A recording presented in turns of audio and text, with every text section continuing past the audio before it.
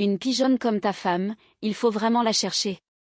Elle bosse comme une forcenée, et nous vivons tranquillement à ses crochets, s'esclaffait ma belle-mère, sans se douter une seule seconde que j'avais tout entendu. Après cette révélation, j'ai immédiatement bloqué toutes mes cartes bancaires. J'ai ensuite appelé des déménageurs, bien décidé à expulser ma belle-mère et mon mari sur le champ. Quant à la suite des événements, cela les a complètement laissés sans voix. Avant de commencer, je vous invite à liker cette vidéo et à vous abonner à la chaîne. Merci à tous, et bonne écoute.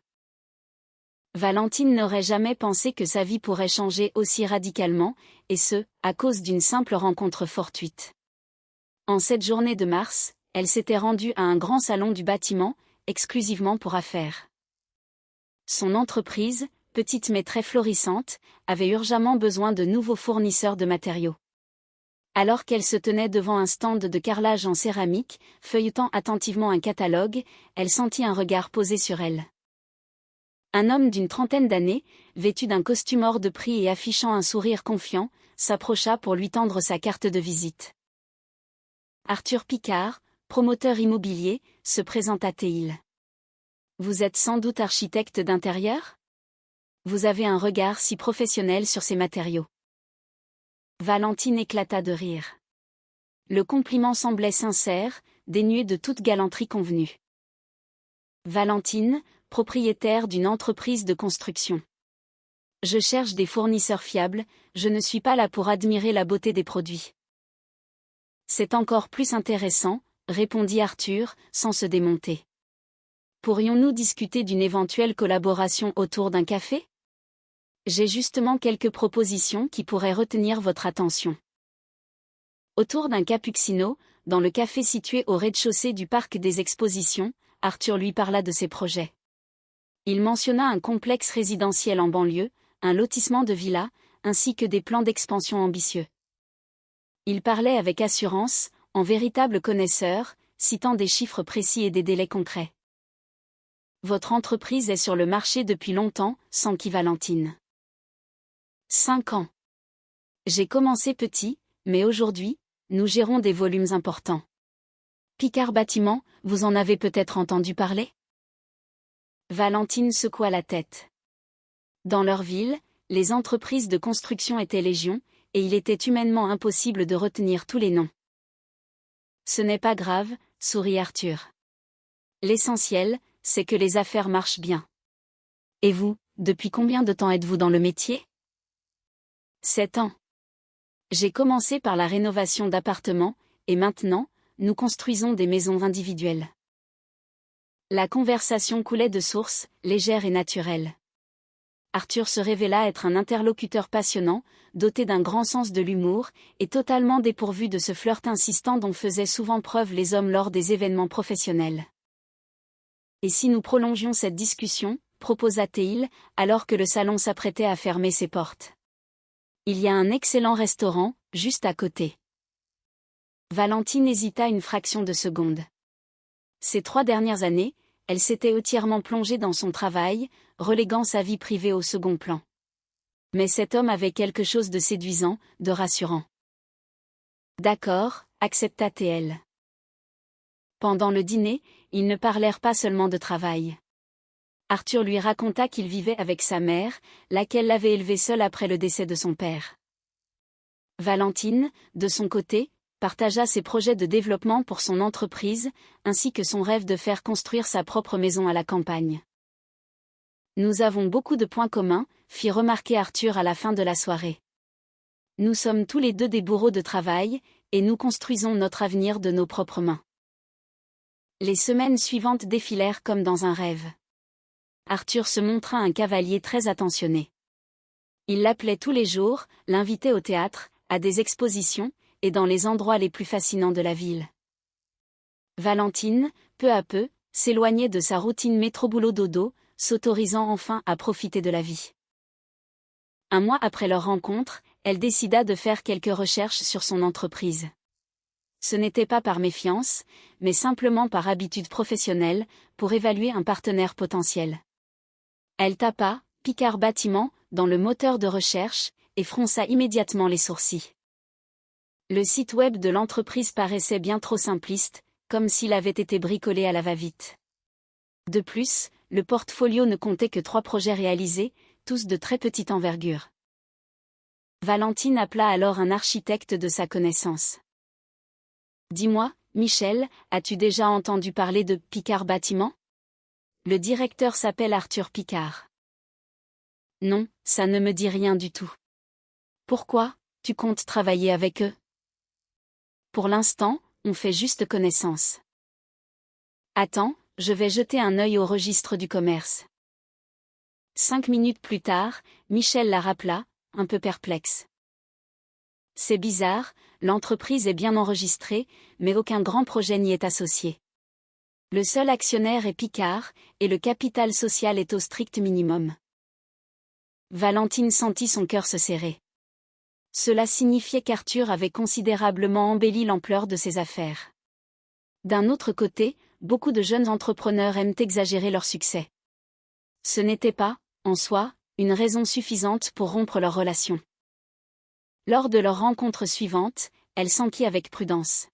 « Tu me montreras tes chantiers ? Je serais curieuse de voir ton travail. » Étrangement, Arthur parut embarrassé. En ce moment, tous nos projets sont en phase de validation. C'est la paperasse administrative, tu sais comment ça se passe. Mais dès que la construction commencera, je te les montrerai avec grand plaisir. La réponse lui sembla évasive, mais Valentine n'insista pas. Il traversait peut-être réellement une période de difficulté temporaire avec ses projets. À l'approche de l'été, leur relation prit une tournure très sérieuse. Arthur passait de plus en plus souvent la nuit chez Valentine. Ils planifiaient des vacances ensemble, et discutaient ouvertement de leur avenir. Il se montrait tendre et attentionné, n'oubliant jamais les petits détails importants, et la soutenant activement dans ses projets professionnels. « Tu sais, lui dit-il un soir, alors qu'il était allongé sur le canapé de son appartement, et si on se mariait ? » Valentine leva les yeux de son ordinateur portable, surprise. « Sérieusement ? » ?»« Absolument. J'ai compris que je voulais passer le reste de ma vie avec toi. Tu es intelligente, magnifique et déterminée. Des femmes comme toi, on en croise rarement. » Le cœur de Valentine s'emballa. À 31 ans, elle n'avait jamais été mariée, ayant entièrement consacré sa vie à sa carrière. Mais avec Arthur, tout semblait si juste, si naturel. « Oui, » répondit-elle doucement. « Oui, je le veux. » Arthur la prit dans ses bras, et lui murmura à l'oreille. « Nous ferons un mariage magnifique. Je veux que tu en gardes les plus beaux souvenirs. » La planification de la cérémonie commença sur le champ. Arthur proposa un événement intime à la mairie, suivi d'un banquet pour 50 personnes dans un bon restaurant. « Je n'aime pas les grandes fêtes pompeuses, » expliqua-t-il. « Gardons plutôt notre argent pour la lune de miel. Nous ferons un beau voyage à l'étranger, pour découvrir le monde. » Valentine était d'accord. Elle ne souhaitait pas non plus d'un mariage grandiose. Cependant, lorsqu'il fallut régler les premières dépenses, une circonstance étrange fit surface. « Écoute, chérie, » dit Arthur, en examinant attentivement les factures du restaurant et du fleuriste. « En ce moment, tout mon argent est investi dans un nouveau projet. C'est extrêmement prometteur, mais mes fonds sont provisoirement bloqués. Pourrais-tu avancer les frais d'organisation ? Je te rembourserai un peu plus tard. » Valentine fronça les sourcils. « De quel projet parles-tu ? » Un grand complexe résidentiel dans le quartier nord. L'investisseur est très sérieux, mais tant que nous n'avons pas les permis de construire, les fonds ne peuvent pas être débloqués. Tu comprends ? C'est un investissement crucial pour notre avenir. Quand le projet sera lancé, nous serons à l'abri du besoin pour des années. C'était parfaitement logique. Valentine savait très bien comment fonctionnait le secteur du bâtiment. Les grands chantiers exigent effectivement de geler d'importantes sommes d'argent pendant de longs mois. Très bien, accepta-t-elle. Mais montre-moi les documents du projet. Je suis curieuse de voir de quel type de complexe il s'agit. Bien sûr, mais c'est mon associé qui les a. Nous avons rendez-vous la semaine prochaine, je te ramènerai des copies. Cependant, la semaine suivante, il oublia les documents. Puis, son associé partit prétendument en voyage d'affaires. Ensuite, les papiers se retrouvèrent soi-disant chez les avocats pour une ultime vérification. Valentine finit par ne plus poser de questions, totalement accaparée par les préparatifs de son mariage. La célébration se déroula à merveille. La mère d'Arthur, Madeleine, fit une excellente impression sur tout le monde. C'était une femme modeste et distinguée de 58 ans. Elle travaillait comme comptable dans un centre médical de quartier, et vivait seule dans un appartement de 2 pièces. C'est exactement la belle-fille dont j'avais rêvé, avoua-t-elle à Valentine pendant le banquet. Mon petit Arthur est un garçon formidable, mais il est un peu tête en l'air. Heureusement, vous avez la tête sur les épaules pour 2. Après le mariage, les jeunes mariés prévoyaient de louer un appartement plus grand. Le studio de Valentine était en effet bien trop exigu pour une vie de couple épanouie. J'ai trouvé une excellente option, annonça Arthur, une semaine après leur passage à la mairie. Un grand 3 pièces dans un beau quartier, entièrement rénové et meublé. Les propriétaires en demandent 1 500 € par mois. La somme était coquette, mais Valentine gagnait très bien sa vie. Ils convinrent de partager les frais à parts égales, bien qu'Arthur invoqua de nouveau des problèmes temporaires de trésorerie. Dès que je serai dégagé de ce projet, je prendrai immédiatement toutes les dépenses à ma charge, lui promit-il solennellement. Le jour du déménagement, dès le petit matin, ils faisaient leur carton. Valentine emballait soigneusement la vaisselle lorsque le téléphone d'Arthur sonna. Allô ? Maman, que se passe-t-il ? Le visage de son mari se décomposa soudainement. Comment ça, tu te sens mal ? T'as tension ? J'arrive tout de suite. Il attrapa précipitamment les clés de la voiture. Que s'est-il passé ? S'inquiéta Valentine. Ma mère va très mal. Sa tension a grimpé en flèche. C'est la voisine qui l'a trouvée dans la cuisine. Je dois y aller de toute urgence. Ils filèrent à toute vitesse chez Madeleine. La femme était allongée sur le canapé, le teint livide, une serviette humide posée sur le front. Mon petit Arthur, mon fils, gémit-elle faiblement. J'ai une de ces tensions, la tête me tourne. J'ai tellement peur de rester seule. Maman, je dois appeler le SAMU ? Non, ça va déjà un peu mieux. C'est juste que je suis angoissée. Et si une autre crise survenait ? Arthur faisait les 100 pas dans le salon, visiblement rongé par l'inquiétude. Valentine, et si nous nous installions ici pour l'instant, proposa-t-il, l'air grave. Juste 1 mois ou 2, le temps que maman se remette sur pied. Nous louerons cet appartement un peu plus tard. Valentine regarda sa belle-mère pâle comme un linge, puis son mari complètement désemparé. Bien sûr, dit-elle avec douceur. La famille passe avant tout. Madeleine eut un très faible sourire. Ma petite Valentine, mon trésor, tu es si bonne. Je vais vite me rétablir, c'est promis. Je ferai tout pour ne pas vous déranger. Le jour même, ils transférèrent toutes leurs affaires dans l'appartement de la belle-mère. La chambre d'Arthur était petite, mais tout à fait convenable pour un séjour temporaire. Ce mois va passer à une vitesse folle, dit Arthur, en serrant tendrement sa femme dans ses bras. Et ma mère est tellement heureuse de nous avoir près d'elle. Valentine acquiesça. Effectivement, qu'est-ce qu'un petit mois dans une vie ? Au moins, Madeleine se sentirait en sécurité. Dès le lendemain matin, la belle-mère semblait aller beaucoup mieux. Elle préparait le petit déjeuner, faisait le ménage avec entrain, et fredonnait même une chanson dans la cuisine. « Comment vous sentez-vous » s'enquit Valentine, un peu surprise. « Oh, tellement mieux » rayonna Madeleine. « Hier, j'ai dû me faire trop de mauvais sang. Vous savez comment c'est, à notre âge. Vous êtes sûre qu'il ne faut pas consulter un médecin ? Mais non, ma petite. Après 50 ans, la tension joue des tours à tout le monde. Le principal, c'est que vous soyez là avec moi. » Valentine ressentit une légère perplexité.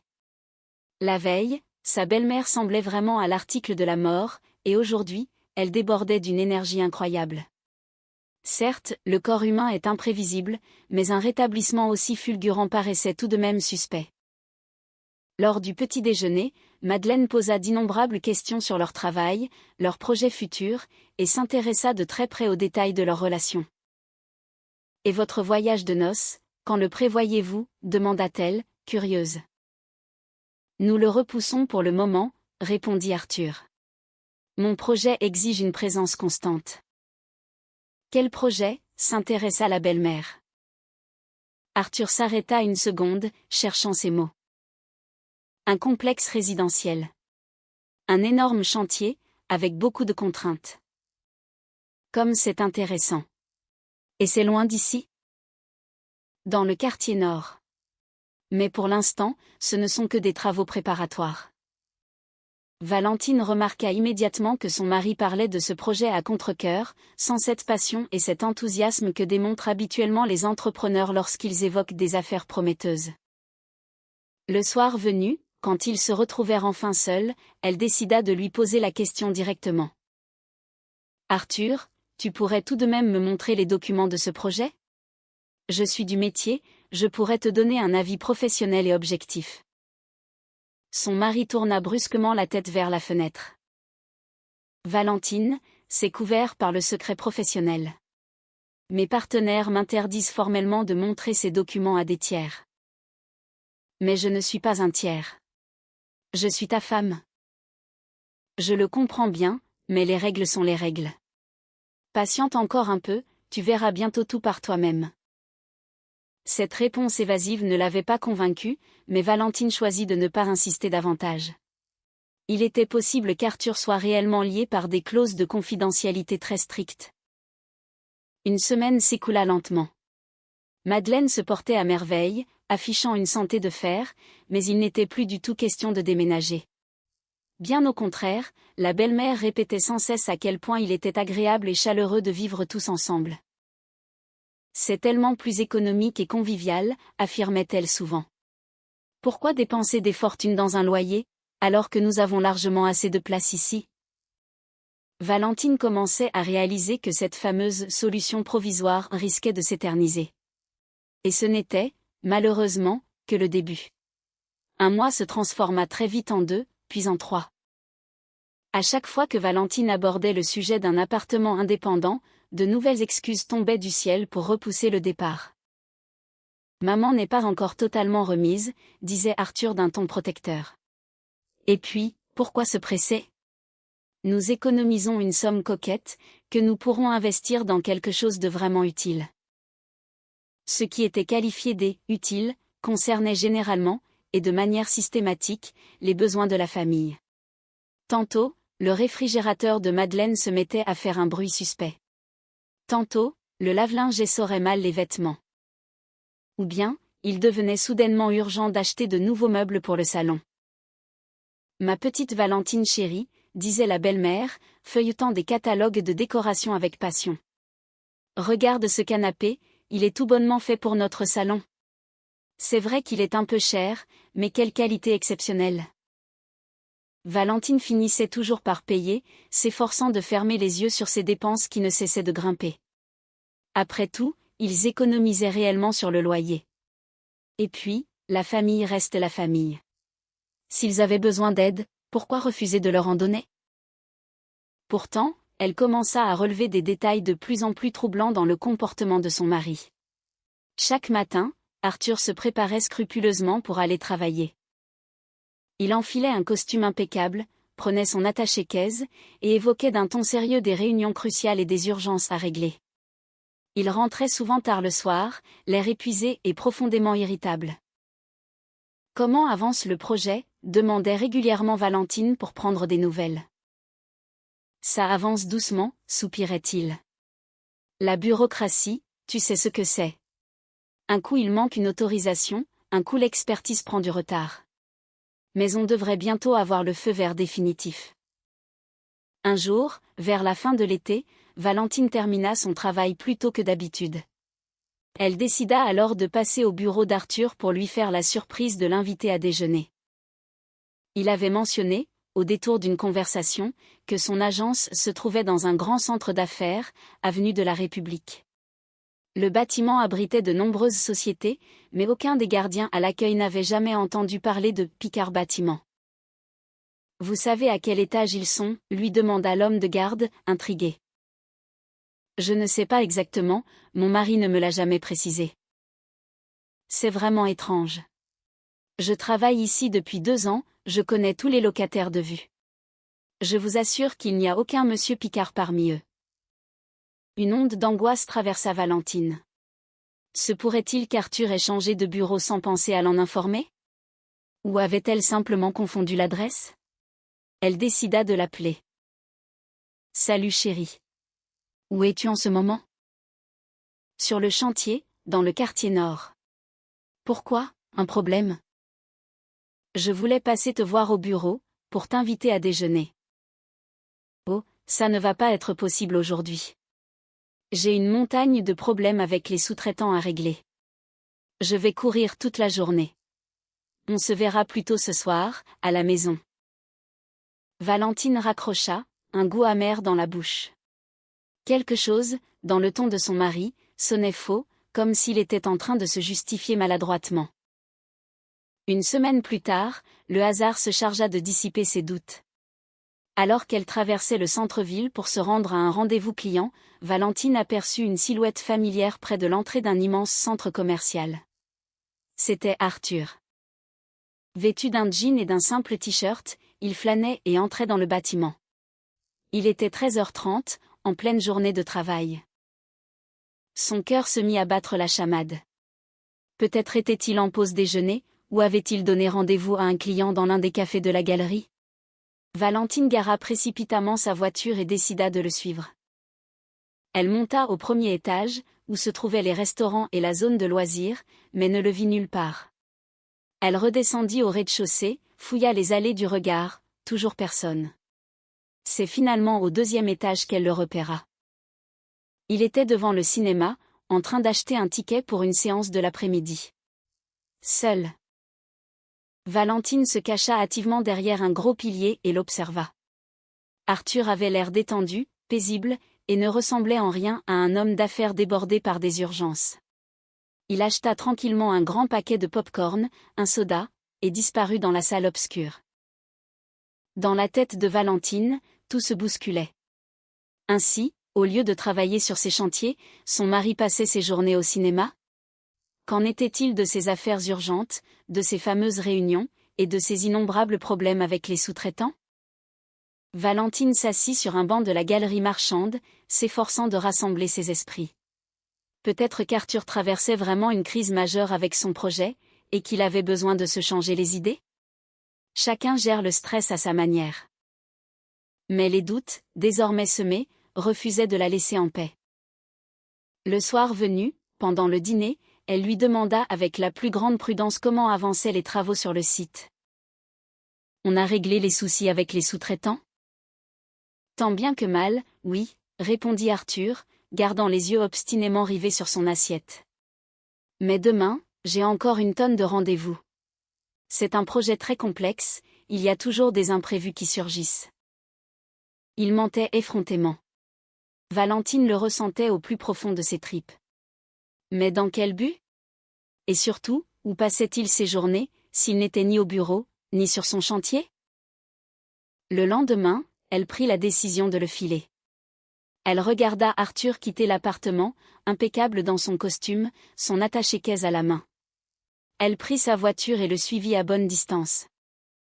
Contrairement à ce qu'il affirmait, son mari ne prit pas la direction du quartier nord, où se trouvait soi-disant son projet. Il roula vers le centre-ville et se gara exactement sur le même parking que la veille, celui du centre commercial. Valentine patienta une bonne demi-heure dans sa voiture, puis entra à son tour. Elle trouva Arthur attablé dans un café, au premier étage, en compagnie d'un homme d'une 40aine d'années. Ils buvaient tranquillement leur café en débattant des résultats d'un match de football. « Mais le PSG a fait un match incroyable hier soir », s'exclamait la voix de son mari, pleine d'enthousiasme. « Un but pareil, à la toute dernière minute. Ouais, ils ont eu un coup de chance monstre. Moi, j'avais parié sur Marseille, j'ai perdu gros. Aucune négociation commerciale. Pas l'ombre d'un dossier professionnel. Juste une simple rencontre entre potes. Valentine tourna les talons en silence, sentant un froid glacial l'envahir de l'intérieur. Le constat était sans appel, Arthur la trompait sur toute la ligne.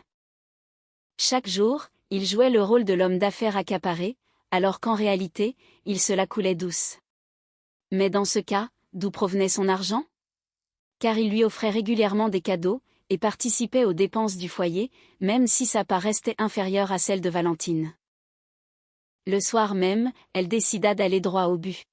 « Arthur, il faut qu'on ait une discussion sérieuse. » « À quel sujet ?» demanda-t-il, en allumant la télévision pour s'affaler sur le canapé. « Au sujet de ton travail. Je t'ai vu aujourd'hui, en plein milieu de l'après-midi, au centre commercial. » Arthur se figea, la télécommande toujours à la main. « Comment ça, tu m'as vu ? » Tu étais installé dans un café avec un copain, en train de parler de foot. En pleine journée de travail. Un lourd silence s'abattit sur la pièce pendant quelques secondes. Puis, Arthur laissa échapper un profond soupir. « D'accord, je vais te dire la vérité. Le projet a été suspendu. L'investisseur a changé d'avis à la dernière minute. Les fonds ont été gelés. En fait, je suis au chômage pour le moment. » « Depuis combien de temps ? » 4 mois. 4 mois. Cela signifiait que, pratiquement depuis le début de leur relation, Arthur n'avait pas d'emploi fixe. « Mais tu me parlais sans arrêt de tes réunions, de tes sous-traitants. » Je ne voulais pas t'inquiéter. Je pensais retrouver quelque chose très rapidement. En attendant, je vois d'anciennes connaissances, j'essaie de trouver des opportunités.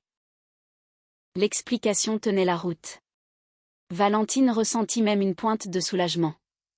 Il ne s'agissait donc pas d'une vaste arnaque, mais d'une tentative désespérée de sauver les apparences. « Arthur, pourquoi m'avoir caché ça ? Nous sommes mariés, nous aurions pu chercher une solution ensemble. » Je sais. Mais j'avais tellement honte de t'avouer que je n'avais pas réussi à sauver mon entreprise. Ça arrive à tout le monde. L'essentiel, c'est de ne pas baisser les bras. Son mari la prit dans ses bras avec tendresse. Merci d'être aussi compréhensive. Je te promets que je vais vite trouver un poste à ma hauteur. Cependant, un mois supplémentaire s'écoula, et Arthur continuait de chercher ses fameuses opportunités depuis les terrasses de café et les sièges de cinéma. Valentine ne le vit entreprendre aucune démarche sérieuse pour retrouver un emploi. Tu sais, tu pourrais peut-être venir travailler dans mon entreprise, lui proposa-t-elle un soir. Un bon responsable commercial nous serait très utile.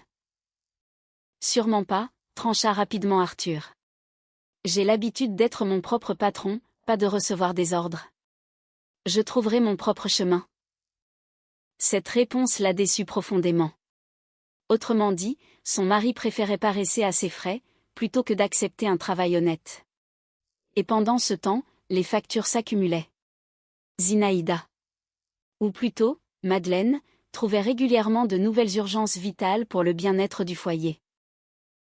Ma petite Valentine chérie, commença-t-elle un matin, d'un ton mielleux. Le réfrigérateur fait de moins en moins de froid. La nourriture risque de tourner, et ce serait un gaspillage terrible. On devrait peut-être faire venir un réparateur ? Pourquoi s'embêter à le réparer, il est vieux de toute façon. Il vaut mieux en acheter un neuf. Un bon modèle nous durera des années. Le nouveau réfrigérateur lui coûta 600 €. Valentine régla la facture, même si, à son sens, l'ancien fonctionnait encore très bien. La semaine suivante, ce fut le lave-linge qui rendit l'âme.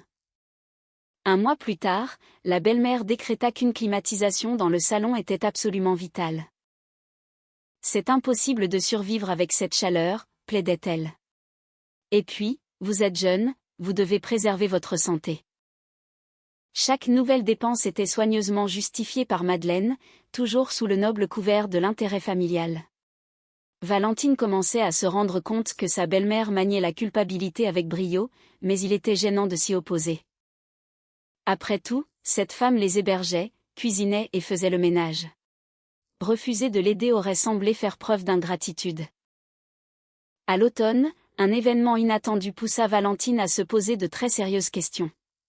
Arthur lui demanda de l'argent pour payer des frais administratifs liés à un nouvel emploi. « J'ai enfin trouvé un poste incroyable », annonça-t-il, rayonnant. Une grande boîte de construction cherche un directeur commercial. Le salaire est excellent, il y a plein d'avantages, mais je dois fournir des certificats médicaux très spécifiques et faire certifier mon dossier. Ça va coûter dans les 150 €.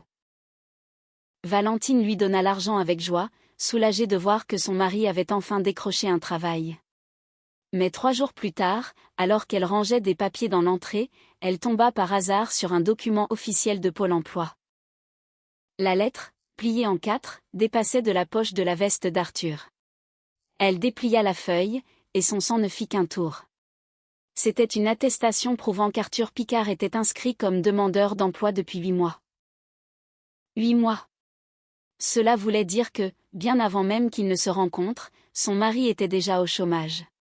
Toute cette histoire de chef d'entreprise à succès, de projets grandioses et de difficultés passagères n'était qu'un tissu de mensonges. Valentine s'assit lourdement sur le bord du lit, la feuille tremblant dans ses mains. Le constat était effrayant, Arthur lui avait menti sur son statut social dès le premier regard, se faisant passer pour un brillant entrepreneur, alors qu'il pointait au chômage. Mais alors? Comment avait-il financé son train de vie? Avec quel argent payait-il les restaurants luxueux, les sorties, et les beaux cadeaux de l'époque où il la courtisait? La réponse s'imposa d'elle-même, la belle-mère. Madeleine la considérait tout simplement comme une vache à lait. Elle se faisait offrir des cadeaux coûteux par Valentine, pour ensuite les revendre discrètement en empochant l'argent liquide. L'affaire dépassait le simple cadre de la mauvaise gestion du budget familial. Il s'agissait d'une véritable escroquerie organisée. Le visage fermé, Valentine marcha d'un pas raide jusqu'à la cuisine, où sa belle-mère lavait tranquillement la vaisselle. « Madeleine, c'est quoi cette annonce que j'ai vue sur Internet ? » « De quelle annonce parles-tu, ma chérie ? » « Une annonce pour vendre un téléphone. Très exactement le modèle que je vous ai offert hier. » La belle-mère se figea, l'assiette suspendue en l'air. Un silence pesant s'installa dans la cuisine pendant quelques longues secondes. « Valentine, je t'assure, c'est un terrible malentendu. » « Quel malentendu ? Vous avez mis en vente le téléphone que je vous ai offert, pour 800 €. Oh, mais c'était juste une blague avec une copine. Je lui disais, regarde ce magnifique cadeau que j'ai reçu, je pourrais en tirer un bon prix. Et figure-toi qu'elle a posté l'annonce pour de rire. Je lui ai déjà dit de la retirer immédiatement. Le mensonge était si grotesque que Valentine ne prit même pas la peine de répliquer. Elle fit demi-tour, sans prononcer un mot de plus, et retourna s'enfermer dans sa chambre. Le soir venu, pendant le dîner, personne n'évoqua l'incident du téléphone. Madeleine se comportait comme si de rien n'était, racontant les derniers potins de son travail et s'enquérant de leurs projets pour le lendemain. « Et si on allait faire les boutiques ce week-end » lança-t-elle gaiement. « J'ai vraiment besoin d'une nouvelle robe, et il faut de belles chemises à mon petit Arthur pour son nouveau travail. » « Pour quel travail ? » Valentine fixa son mari. Ce dernier, soudain très concentré sur la découpe de son morceau de viande, évitait soigneusement son regard. « Arthur, tu as finalement été embauché » demanda-t-elle d'un ton sec. « Pas encore, mais je passe les entretiens finaux. Il faut que je sois présentable. » Encore une excuse pitoyable pour dépenser son argent. Valentine comprit alors avec certitude qu'elle vivait sous un toit où elle n'était perçue que comme un vulgaire chéquier. Chaque requête, chaque nouvel achat, chaque décision familiale. Tout tournait exclusivement autour de ses finances. Le lendemain matin, sa décision était prise. Elle allait avoir une vraie confrontation avec Arthur et lui imposer un ultimatum, soit il trouvait un vrai travail dans le mois qui suivait, soit leur mariage était terminé. Cependant, en rentrant du bureau ce soir-là, une nouvelle surprise l'attendait. Le salon était encombré de cartons flambant neufs. Il y avait là une immense télévision écran plat, une chaîne hi-fi dernier cri, et une luxueuse machine à café.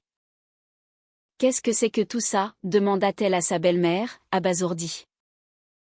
Oh, Valentine chérie, figure-toi qu'il y avait une promotion incroyable au magasin. Des réductions monstres. Mon petit Arthur passait par là, il a vu les prix et a voulu faire une belle surprise à toute la famille.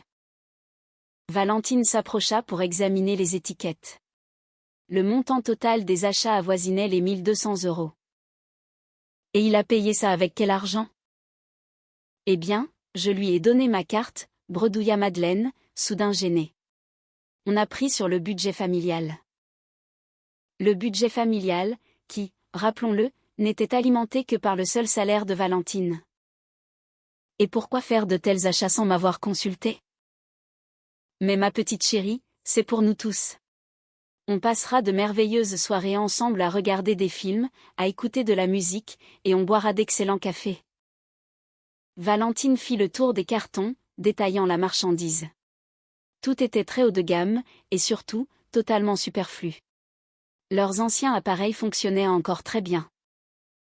Madeleine, où sont les tickets de caisse? Les tickets de caisse? Oui, la preuve d'achat. Si jamais quelque chose ne fonctionne pas, il faudra bien le ramener. La belle-mère commença à perdre contenance. Arthur a oublié de les prendre. Il m'a dit que le vendeur les avait glissés directement dans les boîtes. Valentine ouvrit méthodiquement les emballages. Pas la moindre trace de facture à l'intérieur. C'est étrange. Et dans quel magasin avez-vous acheté tout ça? Oh, je ne me rappelle plus du nom. Arthur t'expliquera ça bien mieux que moi. Seulement voilà, Arthur n'était pas à la maison. D'après sa mère, il était en plein rendez-vous crucial avec ses futurs employeurs. Valentine sortit son téléphone et composa le numéro de son mari. Salut ma chérie, décrocha-t-il, la voix enjouée. Où es-tu? En pleine réunion avec la direction. On finalise les conditions de mon contrat. Dans quelle entreprise? Chez Batigaran. Une boîte très solide, il me propose d'excellentes conditions. Tu rentres à quelle heure? Assez tard, je pense. Ils ont encore des tonnes de points à aborder avec moi. Valentine raccrocha et resta pensive. Batigaran. Elle connaissait bien cette entreprise, c'était l'un de ses concurrents directs. Si Arthur passait réellement un entretien là-bas, il serait très facile de le vérifier. Elle composa le numéro d'un ami qui y travaillait. Salut David. Dis-moi, par hasard, vous n'auriez pas fait passer un entretien aujourd'hui à un certain Arthur Picard? Arthur Picard? Non, le nom ne me dit rien. C'est une de tes connaissances? C'est mon mari. Il m'a dit qu'il était en entretien chez vous en ce moment. Ah, alors je te garantis que non. Il n'y a eu aucun recrutement aujourd'hui. Tous nos directeurs sont en déplacement extérieur pour un séminaire. Valentine remercia son ami et raccrocha, glacée. Arthur mentait, encore une fois. Il n'y avait aucun entretien d'embauche. Il cherchait simplement à fuir pour ne pas avoir à se justifier sur les dépenses faramineuses du jour. Car ces 1200 €, dépensés sans son accord, exigeaient des explications. Valentine s'assit à son ordinateur et consulta le solde de leur compte commun. Le constat était dramatique. Ces 3 derniers mois, les dépenses avaient littéralement doublé par rapport à ses revenus. À ce rythme-là, toutes ses économies personnelles seraient englouties d'ici 6 mois. Et après? Il faudrait contracter des crédits, s'endetter? Ou bien Arthur se déciderait-il enfin à travailler? À en juger par son attitude, il n'en avait pas la moindre intention. Pourquoi se fatiguer, puisque sa femme subvenait parfaitement aux besoins de tout le monde? Le soir, Arthur rentra à la maison, l'air satisfait et détendu. Alors, comment ça s'est passé? Demanda Valentine d'une voix neutre. Super bien. Demain, j'ai mon 2e entretien. Je suis presque sûre qu'ils vont me prendre. Chez Batigaran, c'est ça? Oui, exactement. Arthur, j'ai appelé chez Batigaran cet après-midi. Il n'y a eu absolument aucun entretien d'embauche aujourd'hui. Son mari se figea dans l'encadrement de la porte. Comment ça, tu as appelé? Très simplement. J'y ai des amis. Alors à moins qu'ils ne soient pas au courant, ou que tu te sois trompé de service. Arthur, où étais-tu aujourd'hui? Un silence pesant s'installa. J'étais chez des copains. On parlait de pistes de boulot. Et tous ces appareils électroniques, ils sortent d'où? C'est ma mère qui a géré. Il y avait une super promo. Et payé avec quel argent? Avec l'argent de la famille. Valentine sentit la colère monter en elle. Il n'essayait même plus de trouver des excuses crédibles, il marmonnait des phrases toutes faites, espérant qu'elle lâche l'affaire. Arthur, il faut qu'on parle sérieusement. De quoi? De notre avenir. De ton travail. De notre argent. Et de nos projets. Valentine, je suis crevée. On peut en parler demain? Non. C'est maintenant. Il poussa un lourd soupir et se laissa tomber dans un fauteuil. Je t'écoute. Ça fait plus d'1 an que tu ne travailles pas. Tu ne cherches rien, tu te contentes de faire semblant. Tu dépenses mon argent pour des conneries. Quand est-ce que ça va s'arrêter? Je vais bientôt trouver quelque chose de bien. Bientôt, c'est quand exactement? Donne-moi une date. Je ne sais pas, d'ici 2 ou 3 mois. Et si tu ne trouves rien? Je trouverai. C'est sûr. Arthur, ça ne te fait rien de vivre au crochet de ta femme? Il fronça les sourcils, piqué au vif. C'est quoi cette histoire de honte? On est mariés, on a un budget commun. Commun? Tu as apporté un seul centime à ce budget depuis 6 mois? Chercher du boulot, c'est un travail à plein temps.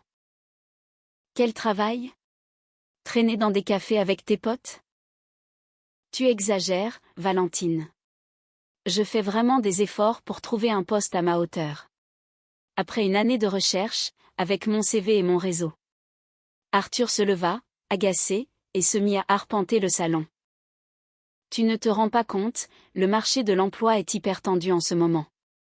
La concurrence est rude. Il y a de la concurrence partout. Mais les gens qui veulent bosser, ils finissent par trouver. Je ne vais pas accepter n'importe quel job sous-payé. Et c'est plus digne de vivre sur le dos de ta femme? C'est temporaire. Juste le temps de trouver la bonne opportunité. Valentine réalisa que la discussion tournait en rond. Il n'avait aucune intention de changer quoi que ce soit à son mode de vie. Cette situation de parasite lui convenait à merveille. Pourquoi faire des efforts? Très bien, conclut-elle, glaciale. Je te donne 1 mois. Si d'ici 1 mois tu n'as pas signé de contrat, je prendrai mes dispositions. Quelles dispositions? Tu verras. Dès le lendemain matin, Valentine mit son plan à exécution et bloqua l'accès de la famille à ses économies. Elle ouvrit un compte personnel sur lequel elle vira la quasi-totalité de ses fonds, ne laissant sur le compte commun que le strict nécessaire pour les courses alimentaires, les factures courantes et les transports. 3 jours plus tard, Madeleine s'en aperçut. Valentine chérie, il y a un problème avec la carte. J'ai voulu m'acheter une petite robe, et le terminal a affiché solde insuffisant. Combien coûtait cette robe? 150 €. Une merveille, 100% soie naturelle. Madeleine, 150 € pour une robe, c'est beaucoup trop cher. Mais c'est de la qualité. Elle me fera des années. Il y a assez d'argent sur cette carte pour faire les courses et payer les factures essentielles. Une robe en soie n'est pas une urgence vitale. La belle-mère pinça les lèvres, vexée comme un pou. Je vois. Je dois donc vous demander la permission pour le moindre achat maintenant? Pas la permission, mais mon accord pour les grosses dépenses. 150 €, c'est une grosse dépense pour notre budget. Vraiment, s'offusqua Madeleine. Elle tourna les talons et alla s'enfermer dans sa chambre, en claquant violemment la porte. Le soir même, un véritable conseil de famille fut convoqué. Arthur et sa mère, l'air grave et outré, s'assirent face à Valentine. Valentine, commença son mari. Ma mère est très blessée. Elle m'a dit que tu lui avais coupé l'accès à l'argent. J'ai simplement bloqué les dépenses importantes et impulsives. Mais on avait convenu d'avoir un budget commun. Un budget commun, c'est quand tout le monde participe pour le remplir. Or, actuellement, c'est moi qui gagne l'argent, et c'est vous deux qui le dépensez. Valentine, intervint Madeleine, la voix tremblante d'indignation. Je sais bien que l'argent ne tombe pas du ciel, mais je ne le dépense pas pour m'amuser. C'est pour les besoins de notre famille. Une robe en soie à 150 €, c'est un besoin familial? Et pourquoi pas? Je dois être présentable pour aller travailler. Vos placards débordent de vêtements élégants. Ils sont tous démodés. Je ne peux quand même pas aller au travail en haillons. Valentine posa le regard sur la belle-mère, qui portait à cet instant précis un très bel ensemble chemisier-jupe, acheté avec son argent à elle le mois précédent. Madeleine, les vêtements que vous portez en ce moment sont neufs. Ça, c'est pour tous les jours. J'ai aussi besoin de tenues habillées. Pour quelles occasions? Eh bien, pour les fêtes, quand on reçoit, pour aller au théâtre. Valentine était épuisée par cette rhétorique absurde. Avec suffisamment d'imagination, ils étaient capables de justifier n'importe quel achat inutile en le qualifiant de besoin vital. Soit, dit-elle sèchement. Faisons comme ça. Mais tout achat conséquent devra obtenir mon accord préalable. Qu'est-ce que tu appelles un achat conséquent, s'enquit Arthur, méfiant. Tout ce qui dépasse 50 €. Le mari et la mère échangèrent un regard horrifié. N'est-ce pas un peu draconien, glissa prudemment Madeleine. C'est parfaitement équitable. Dans les jours qui suivirent, une atmosphère glaciale s'installa dans l'appartement. Arthur s'enferma dans un mutisme renfrogné. Sa mère ne répondait plus que par monosyllabes, en poussant des soupirs de martyr à longueur de journée. Valentine avait bien compris le message, elle n'était plus considérée comme un membre de la famille, mais comme le tyran radin qui les empêchait de vivre confortablement. Pourtant, elle n'avait pas le choix. C'était ça, ou la banqueroute totale d'ici quelques mois. Le délai d'1 mois accordé à Arthur pour trouver un emploi touchait à sa fin. Sans grande surprise, il n'avait rien trouvé. Ses journées se résumaient à de sempiternelles négociations prometteuses et autres contacts très sérieux. Valentine savait qu'il était temps de trancher dans le vif, mais elle hésitait encore sur la marche à suivre. Cet homme avait d'abord vécu au crochet de sa mère, et maintenant, il suçait le sang de sa femme. Ce soir-là, Valentine décida de ne pas faire de scandale. Elle avait besoin de réfléchir à tête reposée et d'évaluer l'ampleur exacte de la supercherie. Le lendemain, elle se rendit dans une agence de Pôle emploi, France Travail, et demanda à voir le conseiller d'Arthur, prétextant avoir besoin d'une attestation pour un prêt bancaire. Monsieur Picard, répéta l'agent, en tapant sur son clavier. Oui, il est bien inscrit chez nous depuis 8 mois. Il perçoit ses allocations sans problème. Par contre, il se présente rarement aux entretiens qu'on lui fixe, et il refuse systématiquement nos propositions. Il soutient qu'il recherche exclusivement un poste de direction. 8 mois. Donc, avant même que l'on se rencontre? Valentine sentit son estomac se nouer violemment. Et quel était son dernier emploi, s'il vous plaît? Vendeur dans une concession automobile. Il a démissionné de son plein gré il y a tout juste 1 an. Aucune entreprise de construction. Aucun projet de complexe résidentiel. Arthur n'était qu'un simple chômeur qui se laissait vivre grâce aux aides de l'État et au portefeuille de ses proches. Valentine sortit de l'agence, le cœur lourd. Tout leur roman n'avait été bâti que sur des mensonges. Depuis leur toute première rencontre, son mari avait joué un rôle. Mais ce qui la rongeait le plus, c'était autre chose. S'il ne travaillait plus depuis 1 an, avec quel argent avait-il payé ses sorties, ses cadeaux, et sa part du loyer? Le soir, elle décida de vérifier une dernière hypothèse. Une fois qu'Arthur fut profondément endormi, elle fouilla doucement son portefeuille. Elle y trouva plusieurs cartes bancaires, dont l'une portait le nom de sa mère, Madeleine. Valentine sortit discrètement dans le couloir et alluma son ordinateur portable. Elle utilisa le téléphone de sa belle-mère que cette dernière laissait souvent traîner sur la table de la cuisine, sans code de verrouillage, pour accéder à l'application bancaire. Ce qu'elle découvrit sur l'écran dissipa ses derniers doutes. Au cours des 8 derniers mois, de multiples retraits et paiements avaient été effectués depuis le compte de Madeleine pour couvrir les frais d'Arthur, restaurants, cadeaux, loisirs, argent liquide. Tout était payé par maman. Mais d'où Madeleine tirait-elle autant d'argent ? Son modeste salaire de comptable dans un dispensaire de quartier ne justifiait pas de telles largesses. Valentine remonta l'historique des opérations sur plusieurs années, et finit par trouver la réponse. 2 ans plus tôt, un énorme virement de 300 000 € était apparu sur le compte. Le libellé indiquait la vente d'un bien immobilier. Cela signifiait que Madeleine possédait un second appartement, qu'elle avait vendu, et qu'elle vivait aujourd'hui confortablement sur ce pactole en entretenant son grand garçon. Le puzzle était enfin complet. Arthur se laissait vivre au crochet de sa mère depuis 1 an, avec la bénédiction de celle-ci. Et maintenant, ce duo de choc avait jeté son dévolu sur une nouvelle vache à lait, l'épouse. Valentine referma l'ordinateur et resta de longues minutes dans l'obscurité. Elle avait été manipulée de bout en bout. Arthur avait ciblé une femme indépendante financièrement pour se faire entretenir. Le plus douloureux dans cette histoire, c'est qu'elle s'était laissée berner toute seule. Elle avait bu ses belles paroles, sans jamais chercher à vérifier les faits, acceptant toutes ces conditions avec une naïveté confondante. Le lendemain matin, Valentine voulut tester une autre faille de leur histoire. La belle-mère se plaignait sans cesse que l'appartement avait un besoin vital de rénovation, ce qui expliquait, selon elle, pourquoi il ne pouvait pas déménager.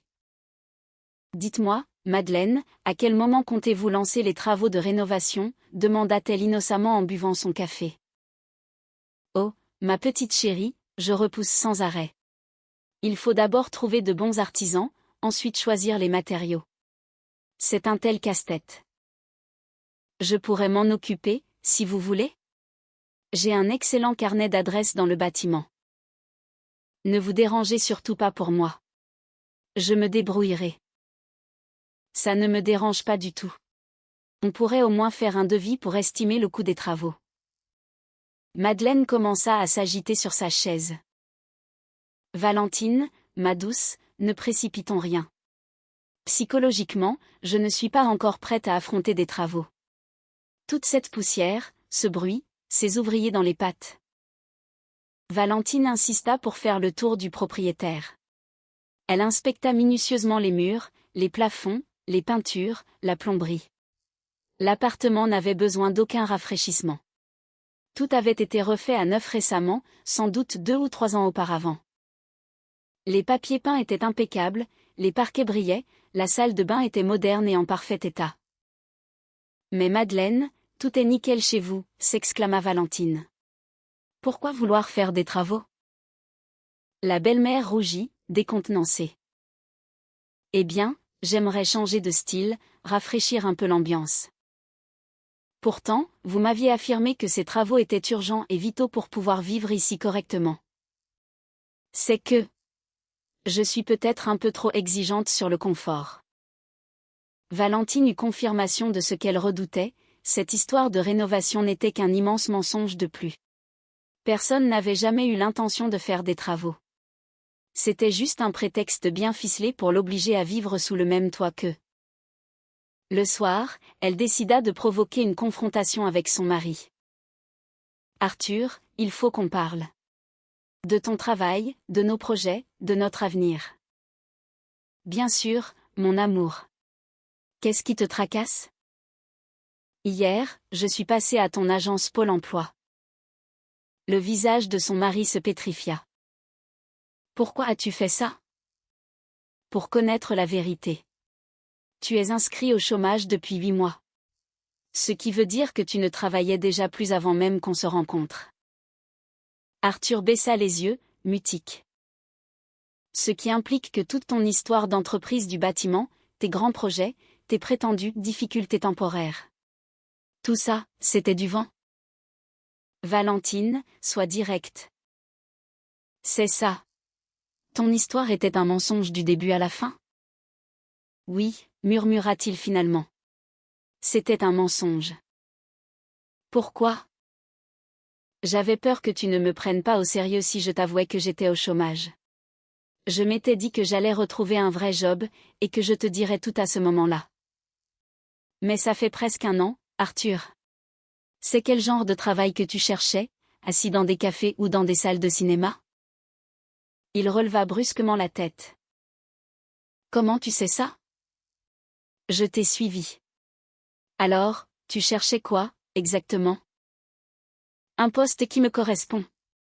Je refuse d'accepter le premier boulot venu pour un salaire de misère. Et avec quel argent tu me payais des restos et des cadeaux, au juste? Nouveau silence. Avec la carte de ta mère. N'est-ce pas? C'est Madeleine qui t'entretient. C'est juste provisoire. Le temps que je me remette à flot. Arthur, tu as 34 ans. Tu comptes te remettre à flot quand, exactement? Bientôt. Très bientôt, c'est promis.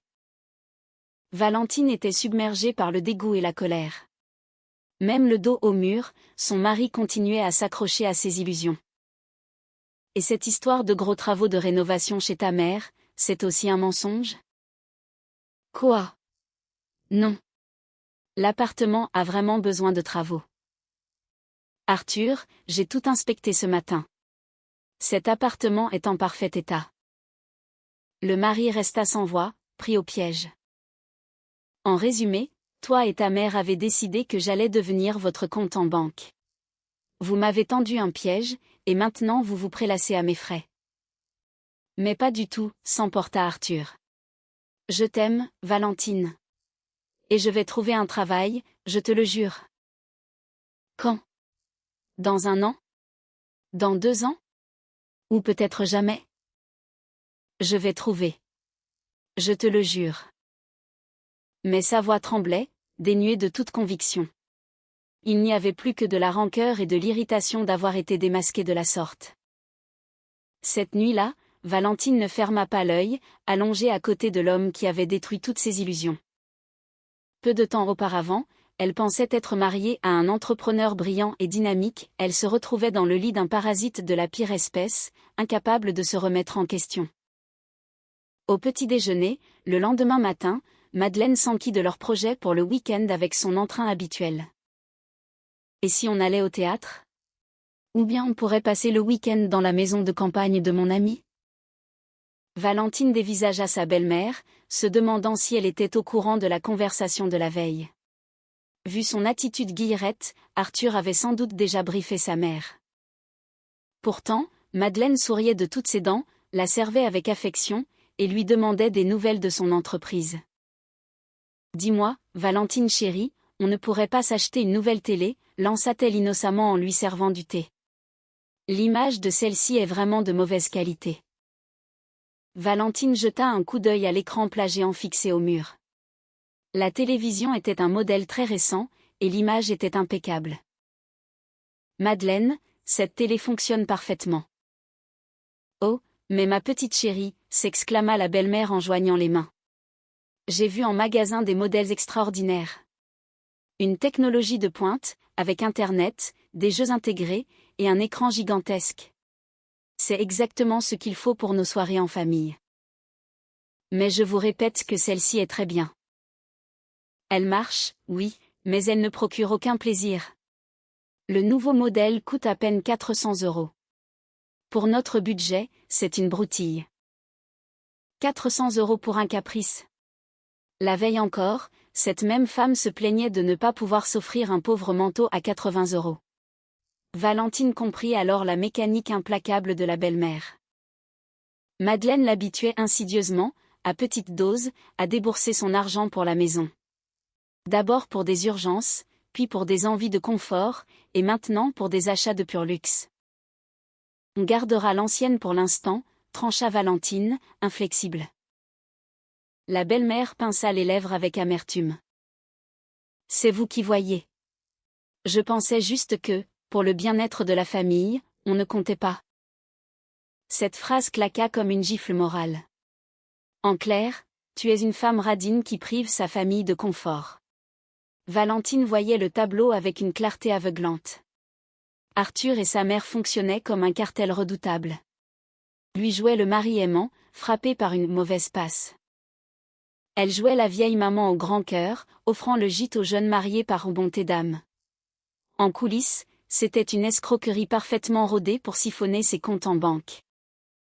Une semaine plus tard, un événement acheva de lui dessiller les yeux. Madeleine vint la voir pour lui réclamer de l'argent afin d'acheter un nouveau smartphone. Valentine, mon trésor, le mien est complètement mort. L'écran est fissuré, les boutons ne répondent plus. Et de nos jours, on ne peut rien faire sans téléphone. Valentine examina l'appareil. L'écran présentait effectivement une minuscule fissure dans un coin, mais le téléphone fonctionnait à la perfection. On peut le faire réparer, non? Oh, à quoi bon réparer cette vieillerie? Il va me lâcher dans 2 jours. Il vaut mieux investir dans du neuf, pour que ça dure des années. Et quel modèle aviez-vous en tête? J'ai vu en boutique un iPhone, le tout dernier modèle. Le vendeur m'a dit que c'était très robuste. Il est à peine à 1200 €. 1200 € pour un téléphone? Valentine en resta bouche bée. C'était une somme extravagante, même pour elle. Madeleine, c'est hors de prix. Pourquoi ne pas prendre un modèle plus classique? Oh, ma petite Valentine, soupira la belle-mère, l'air mortifié. Ce n'est pas tous les jours que je m'achète un téléphone. C'est un bel investissement, je le garderai au moins 4 ou 5 ans. L'argument semblait imparable. Valentine, épuisée, finit par céder et lui acheta ce fameux iPhone dernier cri. La belle-mère était au comble du bonheur. Valentine, mon ange de bonté. Il est magnifique, c'est une qualité exceptionnelle. Pourtant, 2 jours plus tard, alors qu'elle naviguait sur le Bon Coin, Valentine tomba sur une annonce qui lui glaça le sang. Vend iPhone 9, sous blister. Cadeau en double. Prix négociable. À venir chercher sur place, allée des Érables, bâtiment 15, appartement 23. Allée des Érables, appartement 23. C'était exactement l'adresse de Madeleine. Valentine relut l'annonce 3 fois, persuadée d'avoir des hallucinations. Sa belle-mère revendait son cadeau. Elle décida d'appeler le numéro indiqué dans l'annonce. Allô? Je vous appelle pour l'annonce. Le téléphone est toujours disponible? Oui, tout à fait, gazouilla la voix si reconnaissable de Madeleine. Il est flambant neuf, je n'ai même pas ouvert la boîte. Je vous le laisse pour 800 €. 800 €. Alors qu'elle l'avait payé 1200. Et pourquoi vous en séparez-vous, si ce n'est pas indiscret? Oh, c'est un cadeau qu'on m'a fait, mais j'ai déjà un excellent téléphone. Je n'ai pas besoin d'avoir 2 appareils identiques à la maison. Valentine raccrocha et s'affaissa sur le canapé. Ainsi, la vieille dame lui avait menti depuis le début. Son ancien téléphone n'était pas du tout en panne. Madeleine avait simplement vu là un moyen de se faire facilement 800 € d'argent de poche sur le dos de sa belle-fille. La lumière viendrait d'ailleurs, et de la façon la plus inattendue. Valentine était au bureau, penchée sur les devis d'un nouveau projet, quand un numéro inconnu s'afficha sur son portable. Bonjour, je m'appelle Marine Picard. Je suis l'épouse d'Hugo Picard, le frère de votre mari. Valentine fut frappée de stupeur. Arthur n'avait absolument jamais évoqué l'existence d'un frère. Excusez-moi, j'ignorais qu'Arthur avait un frère. Je m'en doute bien, il ne se fréquente pas beaucoup en public. Mais j'ai réussi à avoir votre numéro par des connaissances communes. Il faut absolument qu'on se voie. Je dois vous parler de la situation de notre belle famille. La voix de la femme était tendue, chargée d'une sourde angoisse. De quoi s'agit-il exactement? Je préfère vous l'expliquer de vive voix. Croyez-moi, vous avez tout intérêt à m'écouter. Piquée par la curiosité et l'instinct de survie, Valentine accepta. 2 heures plus tard, elle retrouvait Marine dans un café près de son bureau. Marine, une femme d'une trentaine d'années, paraissait exténuée, au bord du burn-out. Elle commanda un simple thé et tritura nerveusement sa serviette en papier. « Je vous demande pardon de débarquer ainsi dans votre vie », commença-t-elle. « Mais je n'en peux plus de me taire. Avec mon mari, on vit un véritable enfer depuis 2 ans. » « Qu'est-ce que vous entendez par là ? Madeleine se joue de nous. Et elle se joue de vous aussi. » Valentine se crispa sur sa chaise. « Soyez plus claire, je vous prie. » Marine déverrouilla son téléphone et lui tendit une photo. On y voyait Madeleine, souriante, enlaçant un homme qui ressemblait comme 2 gouttes d'eau à Arthur. « C'est mon mari, Hugo. C'est le fils aîné de Madeleine, issu d'un premier mariage. Arthur est né de son second mariage. Mais elle se garde bien de le crier sur les toits. » « Et pourquoi donc ? » Parce qu'Hugo est, lui aussi, un chômeur professionnel. Ça fait 3 ans qu'il reste vautré à la maison en faisant semblant de chercher du boulot. Et c'est Madeleine qui nous entretient. Le sang de Valentine se glaça. « Comment ça, elle vous entretient ? » Nous vivons dans son 2e appartement. Celui qu'elle prétend avoir vendu.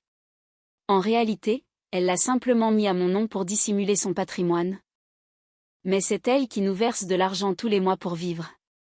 Elle répète que c'est provisoire, en attendant qu'Hugo décroche le poste de ses rêves. Mais comment fait-elle pour financer le train de vie de 2 familles entières ? Marine laissa échapper un rire amer. Vous ne devinez pas ? Elle se vante de vous auprès de toutes ses copines.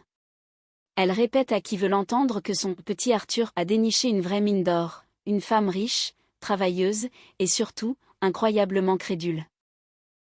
Valentine eut l'impression que le sol se dérobait sous ses pieds. Attendez. Vous êtes en train de me dire que tout ça, c'est un plan organisé pour m'escroquer ? Évidemment. Madeleine a tout calculé depuis le début. La mission d'Arthur, c'était de ferrer une femme aisée, de l'épouser, et de s'arranger pour qu'elle vienne habiter chez maman. Et ensuite, la stratégie, c'est de vous culpabiliser pour vous soutirer de l'argent, goutte par goutte, au nom des sacro-saints besoins de la famille. Mais pourquoi venir me raconter tout ça aujourd'hui ? Marine essuya furtivement une larme au coin de l'œil. Parce que j'ai honte de moi. Au début, Hugo me jurait que c'était passager, qu'il allait retrouver du travail. J'étais amoureuse, je l'ai cru. Mais ça fait 3 ans, et il ne bouge pas le petit doigt. Et Madeleine l'encourage dans sa fainéantise. Et vous comptez faire quoi ? Rompre. J'ai trouvé un travail, j'ai envie de louer mon propre appartement. Mais Hugo refuse de quitter les jupes de sa mère. Il me dit, pourquoi on irait se crever à bosser, alors qu'on est très bien nourri ici ? En écoutant ce récit, Valentine sentait une colère noire, destructrice, monter en elle.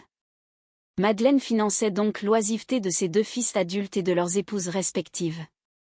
Et tout cela, en puisant dans la poche des autres. Arthur est au courant pour son frère ? Bien sûr. Ils se voient tout le temps pour comparer leurs méthodes. Madeleine leur donne des cours magistraux sur l'art de plumer leurs femmes. Des cours ? Oui. Elle leur apprend la règle d'or, ne jamais, au grand jamais, avouer le chômage de manière frontale. Toujours laisser miroiter un espoir de changement. Faire croire que la situation est temporaire. Et la botte secrète, c'est d'accuser la femme d'être radine et sans cœur si elle commence à poser trop de questions ou à fermer les vannes. Tout s'emboîtait avec une logique effrayante. Valentine revit les réactions outrées d'Arthur quand elle avait voulu restreindre ses dépenses. Elle revit la moue offensée de Madeleine quand elle lui avait refusé la robe en soie.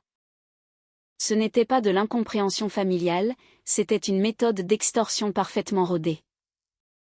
Marine, avez-vous des preuves matérielles ? Des enregistrements, des relevés bancaires, n'importe quoi. La jeune femme secoua la tête avec dépit. Non, hélas. Mais vous pouvez vérifier par vous-même. Madeleine adore se vanter au téléphone, surtout auprès de sa meilleure amie, Lucille. Elle papote pendant des heures tous les soirs. Valentine grava ce prénom dans sa mémoire, Lucille. Marine, merci infiniment pour votre courage. Vous venez d'éclairer ma lanterne d'une façon inespérée. C'est moi qui vous remercie de m'avoir écouté. Ma conscience me rongeait. Vous vous tuez au travail, pendant que ces parasites vous sucent le sang. Après cette entrevue, Valentine resta longuement assise dans sa voiture, tentant de digérer le choc. Non seulement elle avait été trompée, mais elle était la cible d'un complot familial machiavélique. Le pire, c'était d'avoir été l'artisane de sa propre chute, en avalant goulûment leurs histoires de maladies et de projets bloqués. De retour à l'appartement, elle se mit à scruter les moindres faits et gestes de son mari et de sa belle-mère. Désormais, le masque était tombé, elle assistait à la pièce de théâtre en connaissant le script. Valentine chérie, minauda Madeleine pendant le repas. On ne pourrait pas s'acheter un frigo plus grand? Celui-là est vraiment limite pour une grande famille comme la nôtre. Nous ne sommes pas nombreux, rétorqua Valentine sèchement. Ce frigo suffit amplement. Oh, mais si on reçoit du monde? Ou pour quand vous me ferez de beaux petits-enfants? Pour l'instant, on fait avec ce qu'on a. La belle-mère fit une moue boudeuse, feignant d'être meurtrie dans sa chair. Arthur, parfait dans son rôle, vola au secours de sa mère. Valentine, ne sois pas si avare. Un bon frigo, c'est un investissement sur des décennies. Un investissement? Valentine sourit intérieurement. Ils étaient vraiment passés maîtres dans l'art de pervertir le vocabulaire. Le lendemain soir, Valentine décida de mettre à l'épreuve l'astuce de Marine. Elle attendit la nuit tombée, et tendit l'oreille près de la chambre de sa belle-mère.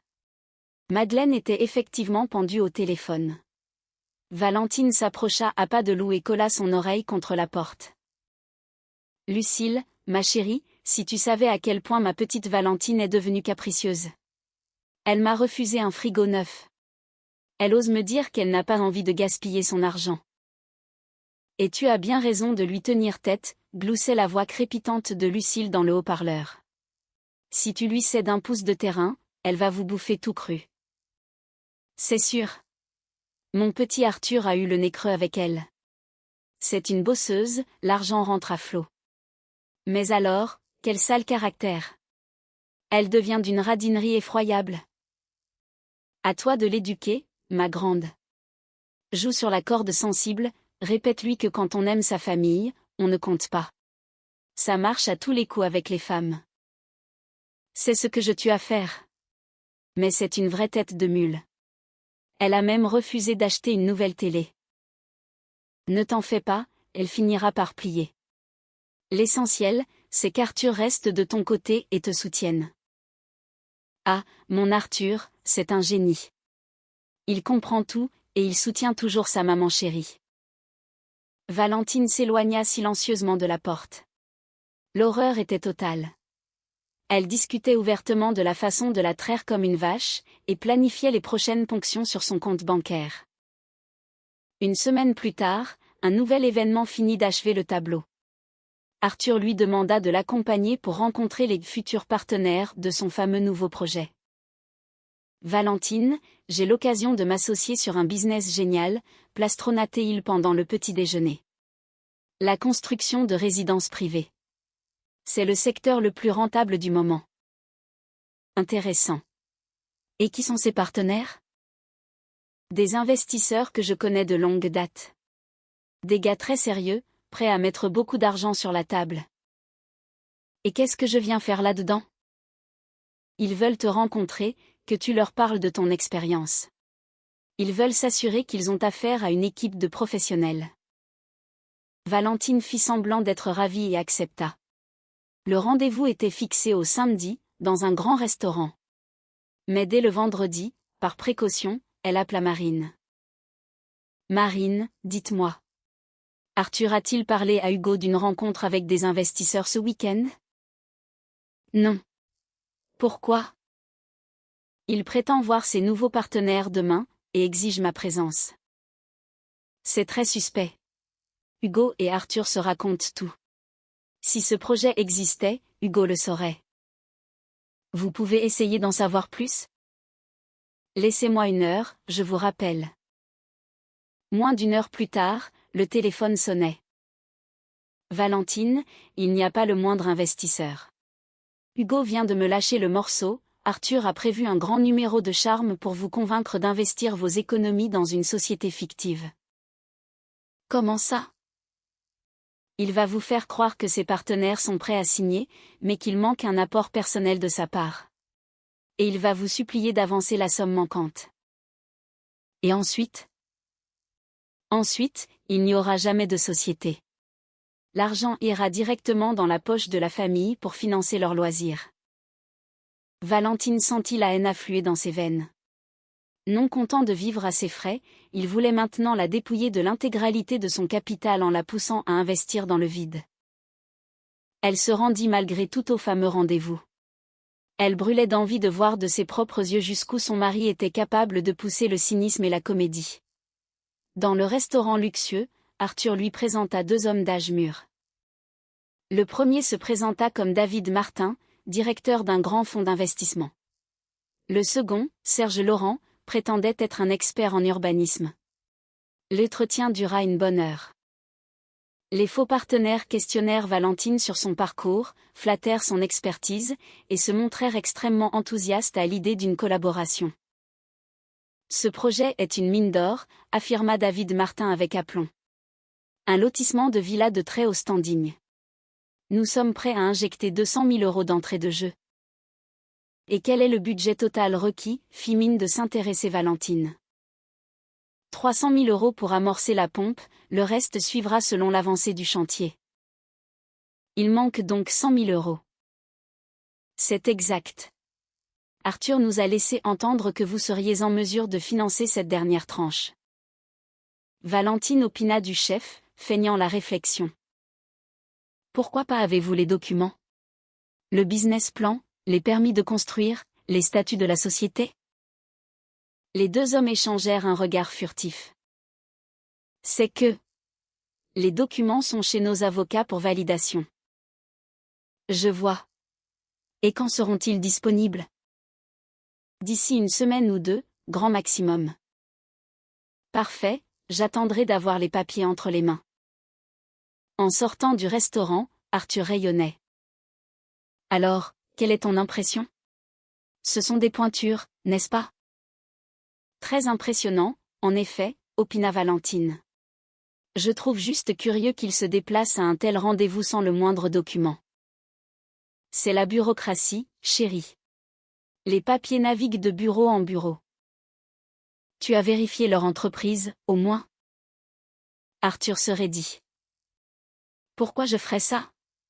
Ce ne sont pas des charlatans trouvés sur Internet. Simple question de bon sens. Dans les affaires, la prudence est de mise. Tu doutes de ma capacité à choisir mes partenaires, c'est ça? Je te fais confiance, mais je préfère toujours vérifier. De retour chez elle, Valentine s'installa devant son ordinateur et chercha la société de David Martin. Résultat, néant. L'entreprise n'existait sur aucun registre. Elle décida alors de faire appel à un ami détective privé. Serge, j'ai besoin que tu me fasses un background check sur deux individus. Je soupçonne une tentative d'escroquerie. Voici leur nom. Elle lui dicta les informations figurant sur les cartes de visite. Laisse-moi 3 jours, tu sauras tout, promit le détective. 3 jours plus tard, le rapport tomba. Il était croustillant, le fameux David Martin s'appelait en réalité David Dubois, et il était chauffeur de VTC. Quant à l'éminent expert Serge Laurent, il était au chômage depuis 5 ans. Vu le profil, c'est de la figuration, conclut le détective. Ils ont dû être payés quelques billets pour jouer les hommes d'affaires. Valentine le remercia chaleureusement et raccrocha. Ses pires craintes étaient confirmées, Arthur tentait de lui voler 100 000 € avec l'aide de vulgaires comédiens. Elle décida de ne pas exploser tout de suite, curieuse de voir jusqu'où son mari oserait s'enfoncer dans la fange. Une semaine plus tard, Arthur lui annonça, triomphant, que les papiers étaient prêts et que la signature du contrat était imminente. Nos partenaires sont pressés, insista-t-il. Ils ont déjà repéré le terrain idéal pour le lotissement. Et où sont les documents? Ils les amèneront demain. On se voit, et on boucle tout ça. Arthur, et pour l'argent, ça se passe comment? Il faut verser la somme dès la signature, pour prouver notre solidité financière. 100 000 euros, en liquide. En liquide? D'accord, si c'est plus simple pour tout le monde. Valentine opina gravement. Le scénario était transparent, le lendemain, elle devait se pointer avec 100 000 euros en cash. Une fois l'argent sur la table, il disparaîtrait miraculeusement dans la nature, en même temps que les faux investisseurs. Mais elle avait préparé sa petite leçon. Le lendemain matin, elle se rendit à la banque et transféra effectivement 100 000 euros, non pas dans une mallette, mais sur un tout nouveau compte, totalement invisible pour Arthur. De retour, elle lui assura que les fonds étaient prêts. Formidable, exulta-t-il. On se retrouve à 15 heures, au même restaurant. À l'heure dite, Valentine se présenta au restaurant avec un grand sac. Totalement vide. Arthur et ses partenaires étaient déjà là, fébriles. Alors, vous avez apporté l'argent, s'enquit David Dubois avec un sourire carnassier. Absolument. Mais avant de sortir le moindre billet, j'exige de lire les documents. Les hommes, un peu déstabilisés, sortirent une pochette. Valentine feuilleta longuement les pseudo-contrats, mimant une concentration extrême. Ça a l'air très sérieux, dit-elle en posant les feuilles. J'ai cependant une petite question concernant votre société. Laquelle? S'inquiéta Serge, le chômeur expert. J'ai fait une petite enquête auprès de mes connaissances dans le milieu financier. Étrangement, le nom de votre société n'évoque rien à personne. Un silence glacé s'installa. C'est parce que nous sommes nouveaux sur le marché, tenta de balbutier David. Je comprends. Mais pourriez-vous m'expliquer pourquoi vos identités sur le contrat ne correspondent pas du tout à l'état civil? Les deux escrocs blêmirent à vue d'œil. Comment ça? Bafouilla l'un d'eux. Sur le contrat, vous signez David Martin, alors que sur votre permis de conduire, monsieur le chauffeur de VTC, vous vous appelez David Dubois. Le visage d'Arthur se vida de tout son sang. Valentine, mais qu'est-ce que tu racontes? Je dis que tes associés sont des acteurs de seconde zone. Et franchement, ils ne sont même pas crédibles. Les deux faux investisseurs échangèrent un regard paniqué et se levèrent comme un seul homme. On doit y aller, balbutia David Dubois. C'est ça, filez. Et dites à celui qui vous a engagé que la pièce de théâtre est terminée. Les deux hommes prirent la fuite, laissant Arthur, livide, seul face à sa femme. Valentine, je te jure que je peux tout expliquer. Ne te donne pas cette peine. C'est limpide. Elle se leva calmement et se dirigea vers la sortie. Valentine, attends. C'est un affreux malentendu. Un malentendu, c'est quand on se trompe par ignorance. Chez vous, l'escroquerie, c'est un métier à plein temps. En rentrant à l'appartement, Valentine surprit une énième fois Zinaïda. Pardon, Madeleine, au téléphone. La belle-mère braillait dans le combiné, ignorant que sa belle-fille était dans l'entrée. Lucille, ma parole, tu ne me croiras jamais. Une pigeonne comme la femme d'Arthur, il faut vraiment la chercher. Elle bosse comme un cheval de trait, et nous, on coule des jours heureux sur son compte épargne. La vieille femme riait à gorge déployée. C'était la goutte d'eau qui faisait déborder un vase déjà bien rempli. Sans faire de bruit, Valentine s'enferma dans sa chambre.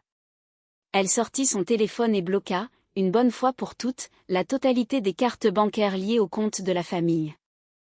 Elle appela ensuite une entreprise de déménagement. Bonjour, j'ai besoin d'une équipe en urgence pour vider une partie d'un appartement. Aujourd'hui. Quel volume?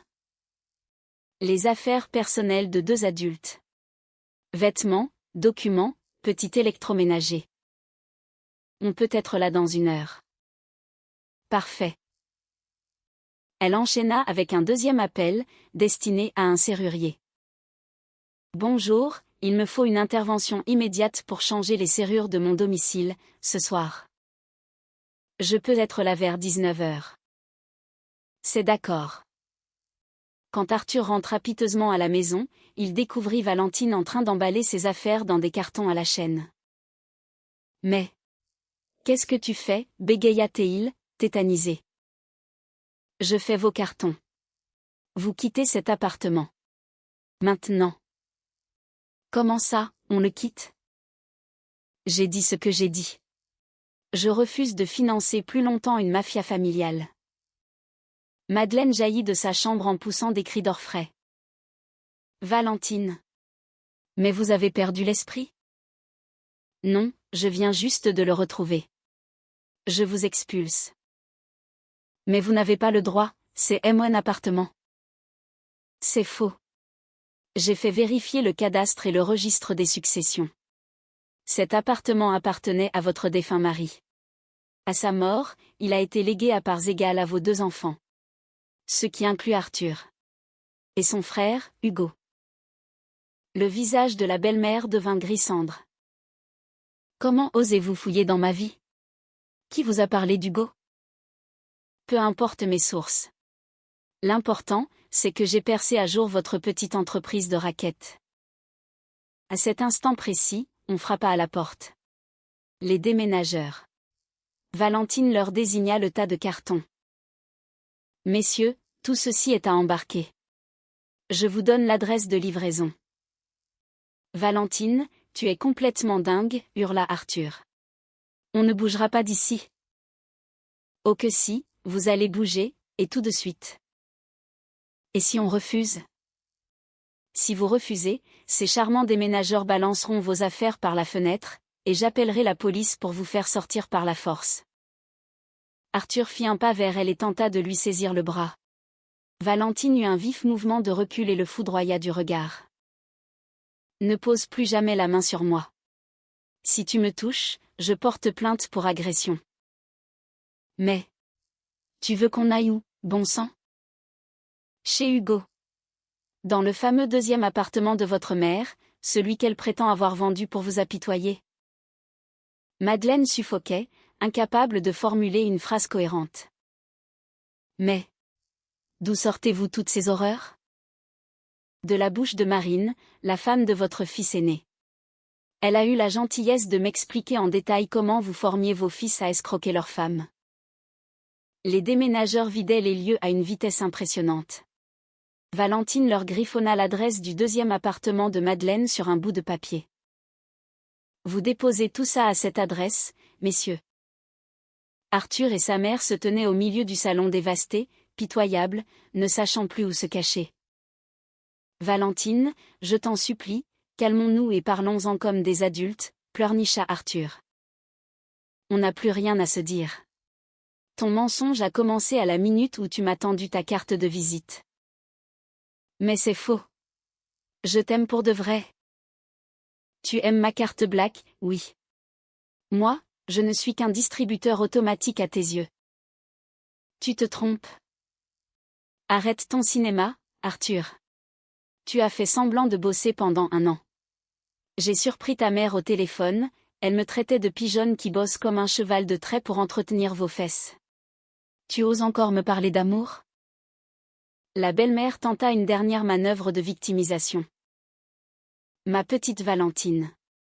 Nous avons peut-être été maladroits, mais au fond. Taisez-vous. Prenez vos affaires et sortez de chez moi. Le serrurier arrive à 19h pétante. Mais. Et nos papiers? Notre argent, s'affola Arthur. Vos documents sont dans ce carton. Quant à l'argent, j'ai tout bloqué. L'open bar est fermé, définitivement. Comment on va payer le taxi pour y aller? En fouillant dans vos poches. Arthur et sa mère se regardèrent avec effroi. Manifestement, sans le compte de Valentine, ils n'avaient pas un sous-vaillant sur eux. Valentine, s'il te plaît, dépanne-nous juste pour la course, implora le mari. Hors de question. On est une famille, malgré tout. Non. Une famille, c'est l'entraide, le soutien. Vous n'êtes que des parasites de la pire espèce. Elle ouvrit finalement son portefeuille, en tira un billet de 50 € et le jeta aux pieds d'Arthur. C'est mon dernier don pour les œuvres de charité. Prenez-le et disparaissez. Arthur ramassa le billet, les mains tremblantes. Et pour le divorce? Mon avocat lance la procédure demain matin. Ce sera un divorce express, vu que tu n'as pas apporté un centime au patrimoine commun. Allez, du balai. Arthur et sa mère se traînèrent misérablement vers le palier. Avant que la porte ne se referme, Madeleine lança un dernier regard empoisonné à sa belle-fille. Vous allez le regretter amèrement, ma petite. Avec un caractère de mégère pareil, vous finirez vieille fille. Ce sera mon problème. Votre problème à vous, c'est d'apprendre à travailler pour manger. La porte claqua. Valentine se retrouva seule dans ce grand appartement, qui lui parut soudainement immense et étrangement silencieux. Elle se laissa tomber sur le canapé, abrutie par la violence des événements. En l'espace de quelques heures, sa réalité entière avait explosé. Fini, le mariage de pacotille fondé sur le mensonge. Fini, l'humiliation quotidienne d'être le sponsor officiel d'une bande de fainéants. Son téléphone vibra. C'était Arthur. Valentine, on est arrivé chez Hugo. Je voulais juste te dire que ce que tu as fait est d'une cruauté sans nom. C'est vous qui avez été cruel, en me manipulant pendant 1 an. On n'a manipulé personne. On a juste omis quelques détails. Tu t'es fait passer pour un promoteur immobilier à succès alors que tu es un chômeur chronique. Ta mère a simulé des malaises cardiaques alors qu'elle pète la forme. Et nous a caché qu'elle est propriétaire de 2 appartements. Tu appelles ça quelques détails? C'est de l'escroquerie en bande organisée. Mais j'avais vraiment l'intention de trouver un boulot. Oui, bien sûr. Dans 1 an? Dans 10 ans? Ou quand je serai morte d'épuisement? Arthur garda le silence. Je me disais que ça pouvait durer encore un peu, le temps que je me retourne. Et moi, dans l'histoire? Ça ne te dérangeait pas de me pomper mon fric? Tu gagnes des fortunes. Ça ne te coûtait rien de faire vivre ta famille. L'argent n'est pas le problème. Le problème, c'est d'être traité comme un pigeon. Si tu avais été honnête dès le premier jour, on aurait pu trouver des solutions. Mais tu as choisi de m'utiliser. Valentine, donne-nous une seconde chance. Je vais chercher du travail, promis. Garde ton énergie. J'ai perdu toute confiance. Il n'y a pas de retour en arrière possible. Elle raccrocha brutalement et bloqua définitivement le numéro d'Arthur. À 19 heures précises, le serrurier arriva et remplaça tous les verrous de la porte blindée. Le clic de la nouvelle serrure agit comme un baume apaisant sur le cœur de Valentine. Son sanctuaire était désormais impénétrable. Le soir même, Marine l'appela. « Valentine, comment allez-vous? Où en êtes-vous? » Je les ai foutus à la porte. Cet après-midi. Sérieusement? Et comment ils ont réagi? Ils ont pleurniché, promis de changer, fait les victimes. Je n'ai rien écouté. Vous avez eu parfaitement raison. Ces gens-là sont toxiques, ils ne changeront jamais. Ils savent juste faire le dos rond quand l'orage gronde. Et vous, qu'allez-vous faire? C'est décidé, je quitte Hugo. Je signe mon bail demain, et je dépose ma demande de divorce. J'en ai ma claque de financer son canapé. Bon courage à vous. À vous aussi, Valentine. Cette nuit-là, Valentine eut beaucoup de mal à trouver le sommeil. Elle ressassait les événements de l'année écoulée. D'un côté, elle ressentait un soulagement immense, une véritable libération. Le cauchemar des factures exorbitantes et de la manipulation mentale prenait fin.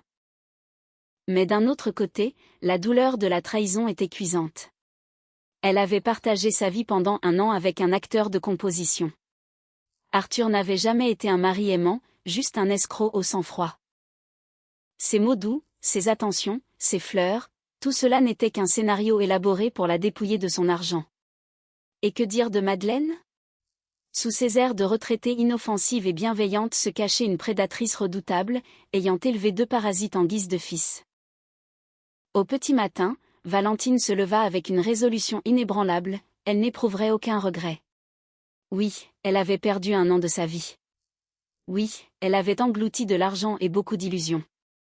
Mais au moins, le abcès était crevé, et elle pouvait repartir sur des bases saines. Sa première visite fut pour son avocat, spécialisé dans le droit de la famille. Quel est le motif de la demande de divorce, s'enquit le juriste en préparant le dossier. Différends irréconciliables et tromperies. Avez-vous du patrimoine acquis en commun durant le mariage? Absolument rien. Il n'a jamais travaillé et n'a ramené aucun revenu. Des enfants? Non plus. Dans ce cas, ce sera une formalité expéditive. Je dépose la requête aujourd'hui. D'ici 1 mois, le jugement devrait être rendu. Elle fila ensuite à sa banque. Elle ferma l'ensemble des comptes joints et sécurisa ses nouveaux comptes personnels. Et que faisons-nous des anciennes cartes bancaires de monsieur? Demanda le conseiller clientèle. Vous les bloquez définitivement. Et je veux qu'une alerte soit placée sur mon profil, il a interdiction formelle de souscrire le moindre crédit ou découvert en utilisant mon nom. 3e et dernière étape, changer de numéro de téléphone. Elle n'avait aucune envie de subir le harcèlement de son ex-mari ou les malédictions de sa belle-mère. Le soir venu, toutes les démarches étaient bouclées. En franchissant le seuil de son appartement, Valentine se sentit, pour la première fois depuis des mois, réellement libre et maîtresse de son destin. Malheureusement, la trêve fut de courte durée. 1 semaine plus tard, les véritables ennuis commencèrent. Un numéro inconnu la contacta sur son lieu de travail, un homme réclamait avec agressivité le remboursement d'une dette d'Arthur. Votre mari m'a emprunté 500 € il y a 3 mois. Il faut payer, maintenant. Adressez-vous directement à Arthur, rétorqua Valentine, glaciale. C'est fait. Il dit qu'il est fauché, mais que sa femme est bourrée aux et qu'elle va éponger l'ardoise. Je n'assume pas les dettes des autres, et encore moins celles de mon futur ex-mari. Écoutez, il bouffait grâce à votre argent, donc ces dettes sont vos dettes. Valentine lui raccrocha au nez, mais les coups de fil s'enchaînèrent. Il s'avéra qu'Arthur s'était endetté auprès de nombreuses connaissances, promettant à chaque fois que sa riche épouse rembourserait le prêt avec intérêt. Les créanciers se montraient de plus en plus insistants, voire menaçants. Certains allèrent jusqu'à se poster devant son immeuble, exigeant de la voir. On sait où vous travaillez, madame, la menaça l'un d'eux. On pourrait venir faire un scandale dans vos locaux, ça ferait désordre. Valentine déposa une main courante au commissariat, mais les policiers furent formels. Tant qu'il n'y a pas de menace de mort ou de violence physique, on a les mains liées. Les litiges financiers relèvent du civil. Prudente, elle engagea une société de sécurité privée. Pendant plusieurs semaines, 2 gardes du corps l'accompagnèrent discrètement entre son domicile et son bureau. Mais le pire était à venir. 2 semaines après la rupture, Valentine apprit qu'Arthur et Madeleine menaient une véritable campagne de diffamation à son encontre. Sa voisine de palier l'arrêta dans l'escalier. « Valentine, que s'est-il passé avec votre mari? Votre belle-mère va crier sur tous les toits que vous l'avez mis à la rue par pure radinerie. » Par radinerie? Elle raconte qu'Arthur a contracté une grave maladie, que les traitements coûtaient une fortune, et que, refusant de payer, vous l'avez jeté dehors comme un malpropre. Valentine manqua de s'étouffer d'indignation. Non seulement il l'avait volé, mais il salissait sa réputation. Le lendemain, ce fut une copine de son club de sport qui l'appela, choquée. « Val, c'est vrai ce qu'on raconte? Tu battais ton mari? Sa mère jure à tout le monde que tu as des troubles psychiatriques, que tu le frappais, que tu l'humiliais et que tu l'affamais. C'est un pur délire paranoïaque. Je m'en doutais, connaissant ton caractère. Mais les gens adorent les ragots, tu sais. » Valentine comprit que Madeleine utilisait l'arme de la rumeur pour se venger. Elle se posait en martyr d'une belle fille sadique. Valentine retourna voir son avocat, qui envoya immédiatement une mise en demeure par huissier à Madeleine, la sommant de cesser ses calomnies sous peine de poursuite pour diffamation publique. Mais la vieille femme avait plus d'un tour dans son sac. Un matin, en arrivant à son entreprise de construction, Valentine remarqua les regards fuyants et gênés de ses employés. « Que se passe-t-il » demanda-t-elle à son assistante. « Madame. Il y a 2 personnes qui sont venues ce matin à l'accueil. Un homme et une femme plus âgés. Ils hurlaient que vous leur deviez une somme colossale et que, si vous ne payez pas, ils allaient dénoncer vos magouilles à tous vos clients. » C'était signé. Arthur et sa mère avaient décidé de franchir la ligne rouge et de s'attaquer à son gagne-pain. Le soir même, Valentine les somma de la retrouver sur un terrain neutre, dans un bistrot excentré. « C'était quoi ce scandale dans mes bureaux ce matin » attaqua-t-elle sans préambule. « Et toi, pourquoi as-tu détruit notre réputation dans tout le quartier » cracha Madeleine, le visage déformé par la haine. « Tu as raconté à tous les voisins qu'on était des escrocs. » « Je n'ai fait que dire la vérité. On t'aimait comme notre propre fille. Et tu nous as jetés sur le trottoir sans ménagement. Vous m'avez menti, manipulé, et vous aviez prévu de me plumer jusqu'au dernier centime. » Arthur tenta de jouer les pacificateurs. « Valentine, s'il te plaît, on peut oublier tout ça. Laisse-nous revenir, on repart à zéro. » « Non. C'est fini. » « Mais pourquoi ? Je te jure que je vais changer. » « Arthur, ça fait 1 mois que je vous ai chassé. As-tu trouvé un travail, au moins ? » ?»« Non. La preuve que rien n'a changé. C'est très dur de trouver un poste de cadre en ce moment. » »« Un poste de cadre, oui. Mais trouver un boulot alimentaire, ça prend 2 jours. Je refuse de me rabaisser à faire des boulots de sous-fifre. » Eh bien voilà. CQFD. Tu estimes toujours que ton confort passe avant l'honnêteté, et que c'est aux autres de t'entretenir. Madeleine se pencha en avant, mielleuse mais venimeuse. Valentine, mon petit chou, ça ne te coûte rien de nous aider un peu financièrement. Tu as tellement d'argent de côté, et nous, on tire le diable par la queue. Allez travailler, vous ne tirerez plus le diable par la queue. À mon âge, c'est très difficile de trouver un bon emploi. Madeleine, vous avez 58 ans, pas 90. Vous avez toute votre tête et une santé de fer. Mais les salaires de misère qu'on propose, on ne peut pas en vivre. Des millions de Français vivent avec le SMIC ou moins, et ils s'en sortent la tête haute. La belle-mère pinça les lèvres avec mépris. Je vois. Madame s'est enrichie, et elle regarde les pauvres gens de haut. Je ne regarde personne de haut. Je refuse simplement d'être la caution de 2 adultes en parfaite santé, capables de travailler, mais qui préfèrent l'oisiveté. Voyant que le chantage affectif de sa mère échouait, Arthur tenta une ultime approche. « Valentine, et si je trouve un job dès demain matin ? Si je m'inscris à l'intérim ? » ?»« Pour faire quoi ? » ?»« Agent de sécurité, ou préparateur de commandes, peu importe. » »« Et tu gagnerais combien ? » ?»« Dans les 1500 €, le SMIC. »« Et comment tu comptes vivre avec ça, si tu refuses de baisser ton train de vie ? » Arthur bafouilla, le regard fuyant. « Ben. Maman m'aidera pour faire la jonction, le temps que je trouve un vrai poste. » Voilà, la boucle est bouclée. Tu ne cherches qu'à changer de parasitote. Tu passes de ma poche à celle de ta mère. C'est provisoire, je t'assure. Arthur, tu vas sur tes 35 ans. Tu comptes être financièrement autonome un jour ? À 40 ans ? À 50 ans ? Bientôt. Je te le promets, très bientôt. Valentine se leva brusquement, repoussant sa chaise. Le débat est clos. Je ne veux plus jamais entendre parler de vous. Et je vous préviens, si vous remettez les pieds dans mon entreprise, ou si j'entends encore une de vos rumeurs immondes sur moi, je vous attaque au pénal pour harcèlement et diffamation.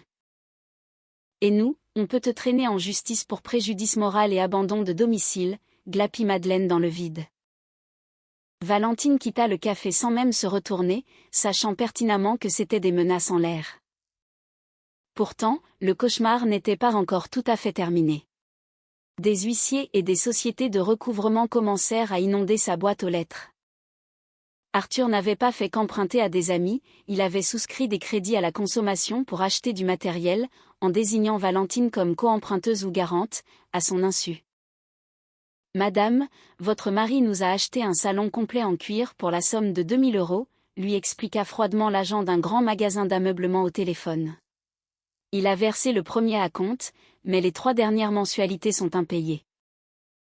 Je n'ai jamais signé le moindre contrat de crédit chez vous. Il a présenté des documents prouvant que son épouse acceptait de se porter garante. C'est un faux et usage de faux. Je décline toute responsabilité. Sauf que les meubles ont été livrés à votre ancienne adresse. C'est vous qui en profitez. Valentine se souvint des fameux achats compulsifs effectués par Madeleine avec sa carte. Apparemment, une partie du butin avait été acquise à crédit pour brouiller les pistes. C'était reparti pour un tour avec les avocats. Son conseil lui expliqua que, juridiquement, elle ne pouvait être tenue pour responsable d'une dette sans sa signature authentique, mais que les créanciers tenteraient de saisir les biens du domicile conjugal. Si vous parvenez à démontrer que ces crédits ont été souscrits à votre insu et par falsification, le juge annulera la créance vous concernant, lui expliqua l'avocat. La solution fut vite trouvée. Grâce à la coopération du service de sécurité du magasin de meubles, Valentine récupéra les bandes de vidéosurveillance de la journée de l'achat. On y voyait très clairement Arthur et Madeleine choisir le mobilier, et Arthur signer les documents d'emprunt tout seul, imitant grossièrement la signature de sa femme. Face à cette preuve, le juge annula la garantie de Valentine, et la société de crédit se retourna directement contre Arthur. Les relances cessèrent enfin. Néanmoins, Arthur semblait incapable de comprendre que la partie était perdue. Un mois plus tard, il l'attendit de pied ferme devant son immeuble, brandissant un nouveau discours. « Valentine, cette fois j'ai eu le déclic, annonça-t-il, l'air solennel. Je suis prêt à changer de vie. Tu perds ton temps. Écoute-moi jusqu'au bout, je t'en prie. J'ai un vrai travail. Un contrat à durée indéterminée, déclaré, avec fiche de paie. Félicitations. Où ça? Vigile dans la galerie marchande. Je touche 1300 € net. Bravo pour ton intégration dans la vie active. Et j'ai quitté l'appartement de ma mère. Je loue une chambre chez l'habitant. Valentine haussa un sourcil, sincèrement surprise. Arthur aurait-il enfin pris la décision d'être un homme autonome? Pourquoi tu me racontes ta vie? Pour te prouver que je suis capable de m'assumer, sans l'argent des autres. S'il te plaît, Valentine. Accorde-moi une dernière chance. Une chance de quoi? De réapprendre à nous connaître. On recommence tout à zéro, comme lors de notre premier rendez-vous. Valentine secoua la tête, catégorique. Arthur, tu as détruit toute la confiance que j'avais en toi. C'est irréparable. Mais regarde les efforts que j'ai faits en seulement un mois. Permets-moi d'en douter sur le long terme. Laisse-moi 6 mois. Si dans 6 mois tu vois que je suis un homme nouveau, on en reparlera. Il n'y a rien à reparler. L'histoire est terminée. Arthur tenta de lui saisir le bras dans un geste de désespoir. Valentine, je sais que j'ai merdé dans les grandes largeurs, mais tout le monde a le droit de changer. Lâche mon bras. Je t'en supplie, écoute-moi. Lâche mon bras, ou je crie. Valentine se dégagea d'un coup sec et marcha vers la porte vitrée de l'immeuble. Arthur lui emboîta le pas. Val, attends. J'ai un dernier truc à te dire. Elle se retourna, lassée. Quoi encore? J'étais vraiment fou amoureux de toi. Je ne l'ai pas fait que pour le fric. C'était toi que j'aimais. Eh bien, tu as une façon très singulière de prouver ton amour, en m'escroquant et en me mentant tous les jours que Dieu fait. J'ai voulu te dire la vérité plusieurs fois, mais j'étais terrorisée à l'idée que tu me quittes sur le champ. Et qu'est-ce que tu espères aujourd'hui? Que je pleure sur ton sort? Que je te prenne en pitié? J'espère juste que tu me laisses racheter mes fautes. Valentine détailla longuement son ex-mari. Il paraissait fatigué, aminci, engoncé dans des vêtements bon marché. La vraie vie, sans le chéquier illimité de sa femme ou de sa mère, devait lui sembler bien âpre. Arthur, tu as eu un an pour te racheter.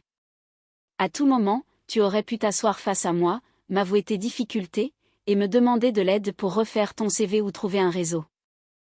J'aurais été là pour toi. Mais tu as préféré la facilité du mensonge. Par peur de me perdre, tu as absolument tout détruit, notre mariage, mon respect, et ta propre dignité.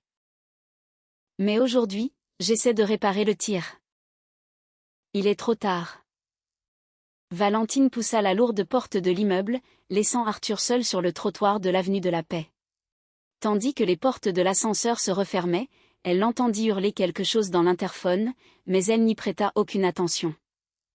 Chez elle, elle alluma la télévision pour meubler le silence. Une pointe de tristesse l'effleura. Avait-elle pitié d'Arthur? Un peu.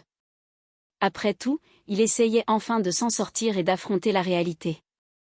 Mais la pitié n'a jamais été un ciment suffisant pour construire un couple. Et surtout, comment pourrait-elle s'endormir sereinement aux côtés d'un homme qui l'avait trompée avec un tel machiavélisme? Un peu plus tard dans la soirée, sa mère l'appela. « Coucou ma chérie, comment vas-tu? Tu tiens le choc avec le divorce? » « Ça va, maman. Mieux que je ne l'aurais cru. Je me sens légère. » « Et Arthur? Il a disparu de la circulation, ou il essaie de revenir à la charge? » « Il est venu me faire une scène d'excuses tout à l'heure, mais j'ai coupé court. » « Tu es sûre de ton choix? Les gens peuvent parfois changer en bien, tu sais. » « Maman. Il m'a menée en bateau pendant un an. Il a joué les grands patrons de BTP alors qu'il émargeait au chômage. Ce n'est pas une simple erreur de parcours, c'est de l'arnaque pure et dure. Oh mon Dieu! Moi qui croyais que vous ne vous entendiez plus, simplement à cause de vos caractères incompatibles. Il y a de ça aussi, mais le vice caché, c'est ce mensonge monumental. Je comprends. Tu as eu 100 fois raison de le mettre dehors, ma fille. Ne te retourne pas. Cet échange avec sa mère conforta Valentine dans son choix. Elle avait pris la seule décision qui s'imposait pour se sauver. Les 2 mois suivants s'écoulèrent dans un calme bienfaisant. Arthur avait enfin compris le message et ne rôdait plus autour de chez elle. Les créanciers avaient effacé son nom de leur dossier. La vie reprenait son cours normal. Valentine se noya corps et âme dans son travail. Son entreprise venait de remporter un appel d'offres majeur, la construction d'un complexe éco-responsable en grande banlieue. Le défi était immense et passionnant. Elle enchaînait les journées de 12 heures, s'attardant souvent au bureau jusque tard dans la nuit. C'était aussi un moyen de fuir le silence assourdissant de son appartement vide.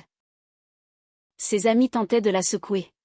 « Val, il faut que tu sortes, que tu vois du monde, que tu t'amuses. Théâtre, expo, resto. Et pourquoi pas faire de nouvelles rencontres? Honnêtement, je n'en ai pas la moindre envie. Tu ne vas quand même pas t'enterrer vivante sous tes plans d'architecte? Pour l'instant, c'est ma bouée de sauvetage. » Valentine savait pertinemment qu'elle utilisait le travail comme un bouclier contre la réalité, mais c'était la seule thérapie efficace à sa disposition. Sa confiance envers la gente masculine avait été réduite en cendres. L'idée même d'aller boire un verre avec un inconnu lui donnait la nausée. Ce n'est qu'à la fin de l'année qu'un petit événement vint bousculer sa routine. En se rendant à sa banque, elle tomba nez à nez avec Marine, l'ex-belle-sœur. « Valentine. Comment allez-vous » s'exclama Marine avec un grand sourire lumineux. « Très bien, merci. Et vous ? Vous avez l'air rayonnante. » « Je le suis. Le divorce avec Hugo a été prononcé, j'ai acheté mon propre appartement, et j'ai eu une grosse promotion dans ma boîte. La vie est belle. Je suis ravie pour vous. Et que devient notre cher Hugo ? Il est retourné vivre dans le giron de sa maman chérie. Il est de nouveau en quête d'une épouse mécène. Vous plaisantez ? Pas le moins du monde. Madeleine a carrément créé de faux profils sur des applications de rencontres pour ses 2 fils. Elle filtre les candidates pour dénicher des femmes indépendantes et fortunées. Pour l'instant, la pêche n'a rien donné, mais elle persévère avec un acharnement diabolique. Valentine secoua la tête, dépitée mais nullement surprise. La leçon n'avait donc servi à rien. La famille Picard persistait à vouloir parasiter son prochain. Et Arthur? Il s'est remis dans ce circuit? Complètement. Sauf qu'il a affiné sa technique. Il est devenu beaucoup plus prudent. Il ne ment plus sur son statut de cadre supérieur. Il invente des missions de consultant indépendant, ce qui lui permet d'avoir beaucoup de temps libre, tout en gardant l'image d'un type actif. Bref, il continue de mentir, mais avec plus de subtilité. Chasser le naturel, il revient au galop, murmura Valentine. Cette conversation avec Marine fut la confirmation définitive dont elle avait besoin. Arthur n'avait pas changé d'un iota. Son numéro de repentance devant l'immeuble n'était qu'une énième manipulation pour tenter de revenir s'installer dans ses meubles. Elle avait eu le nez creux de ne pas céder à ses larmes de crocodile.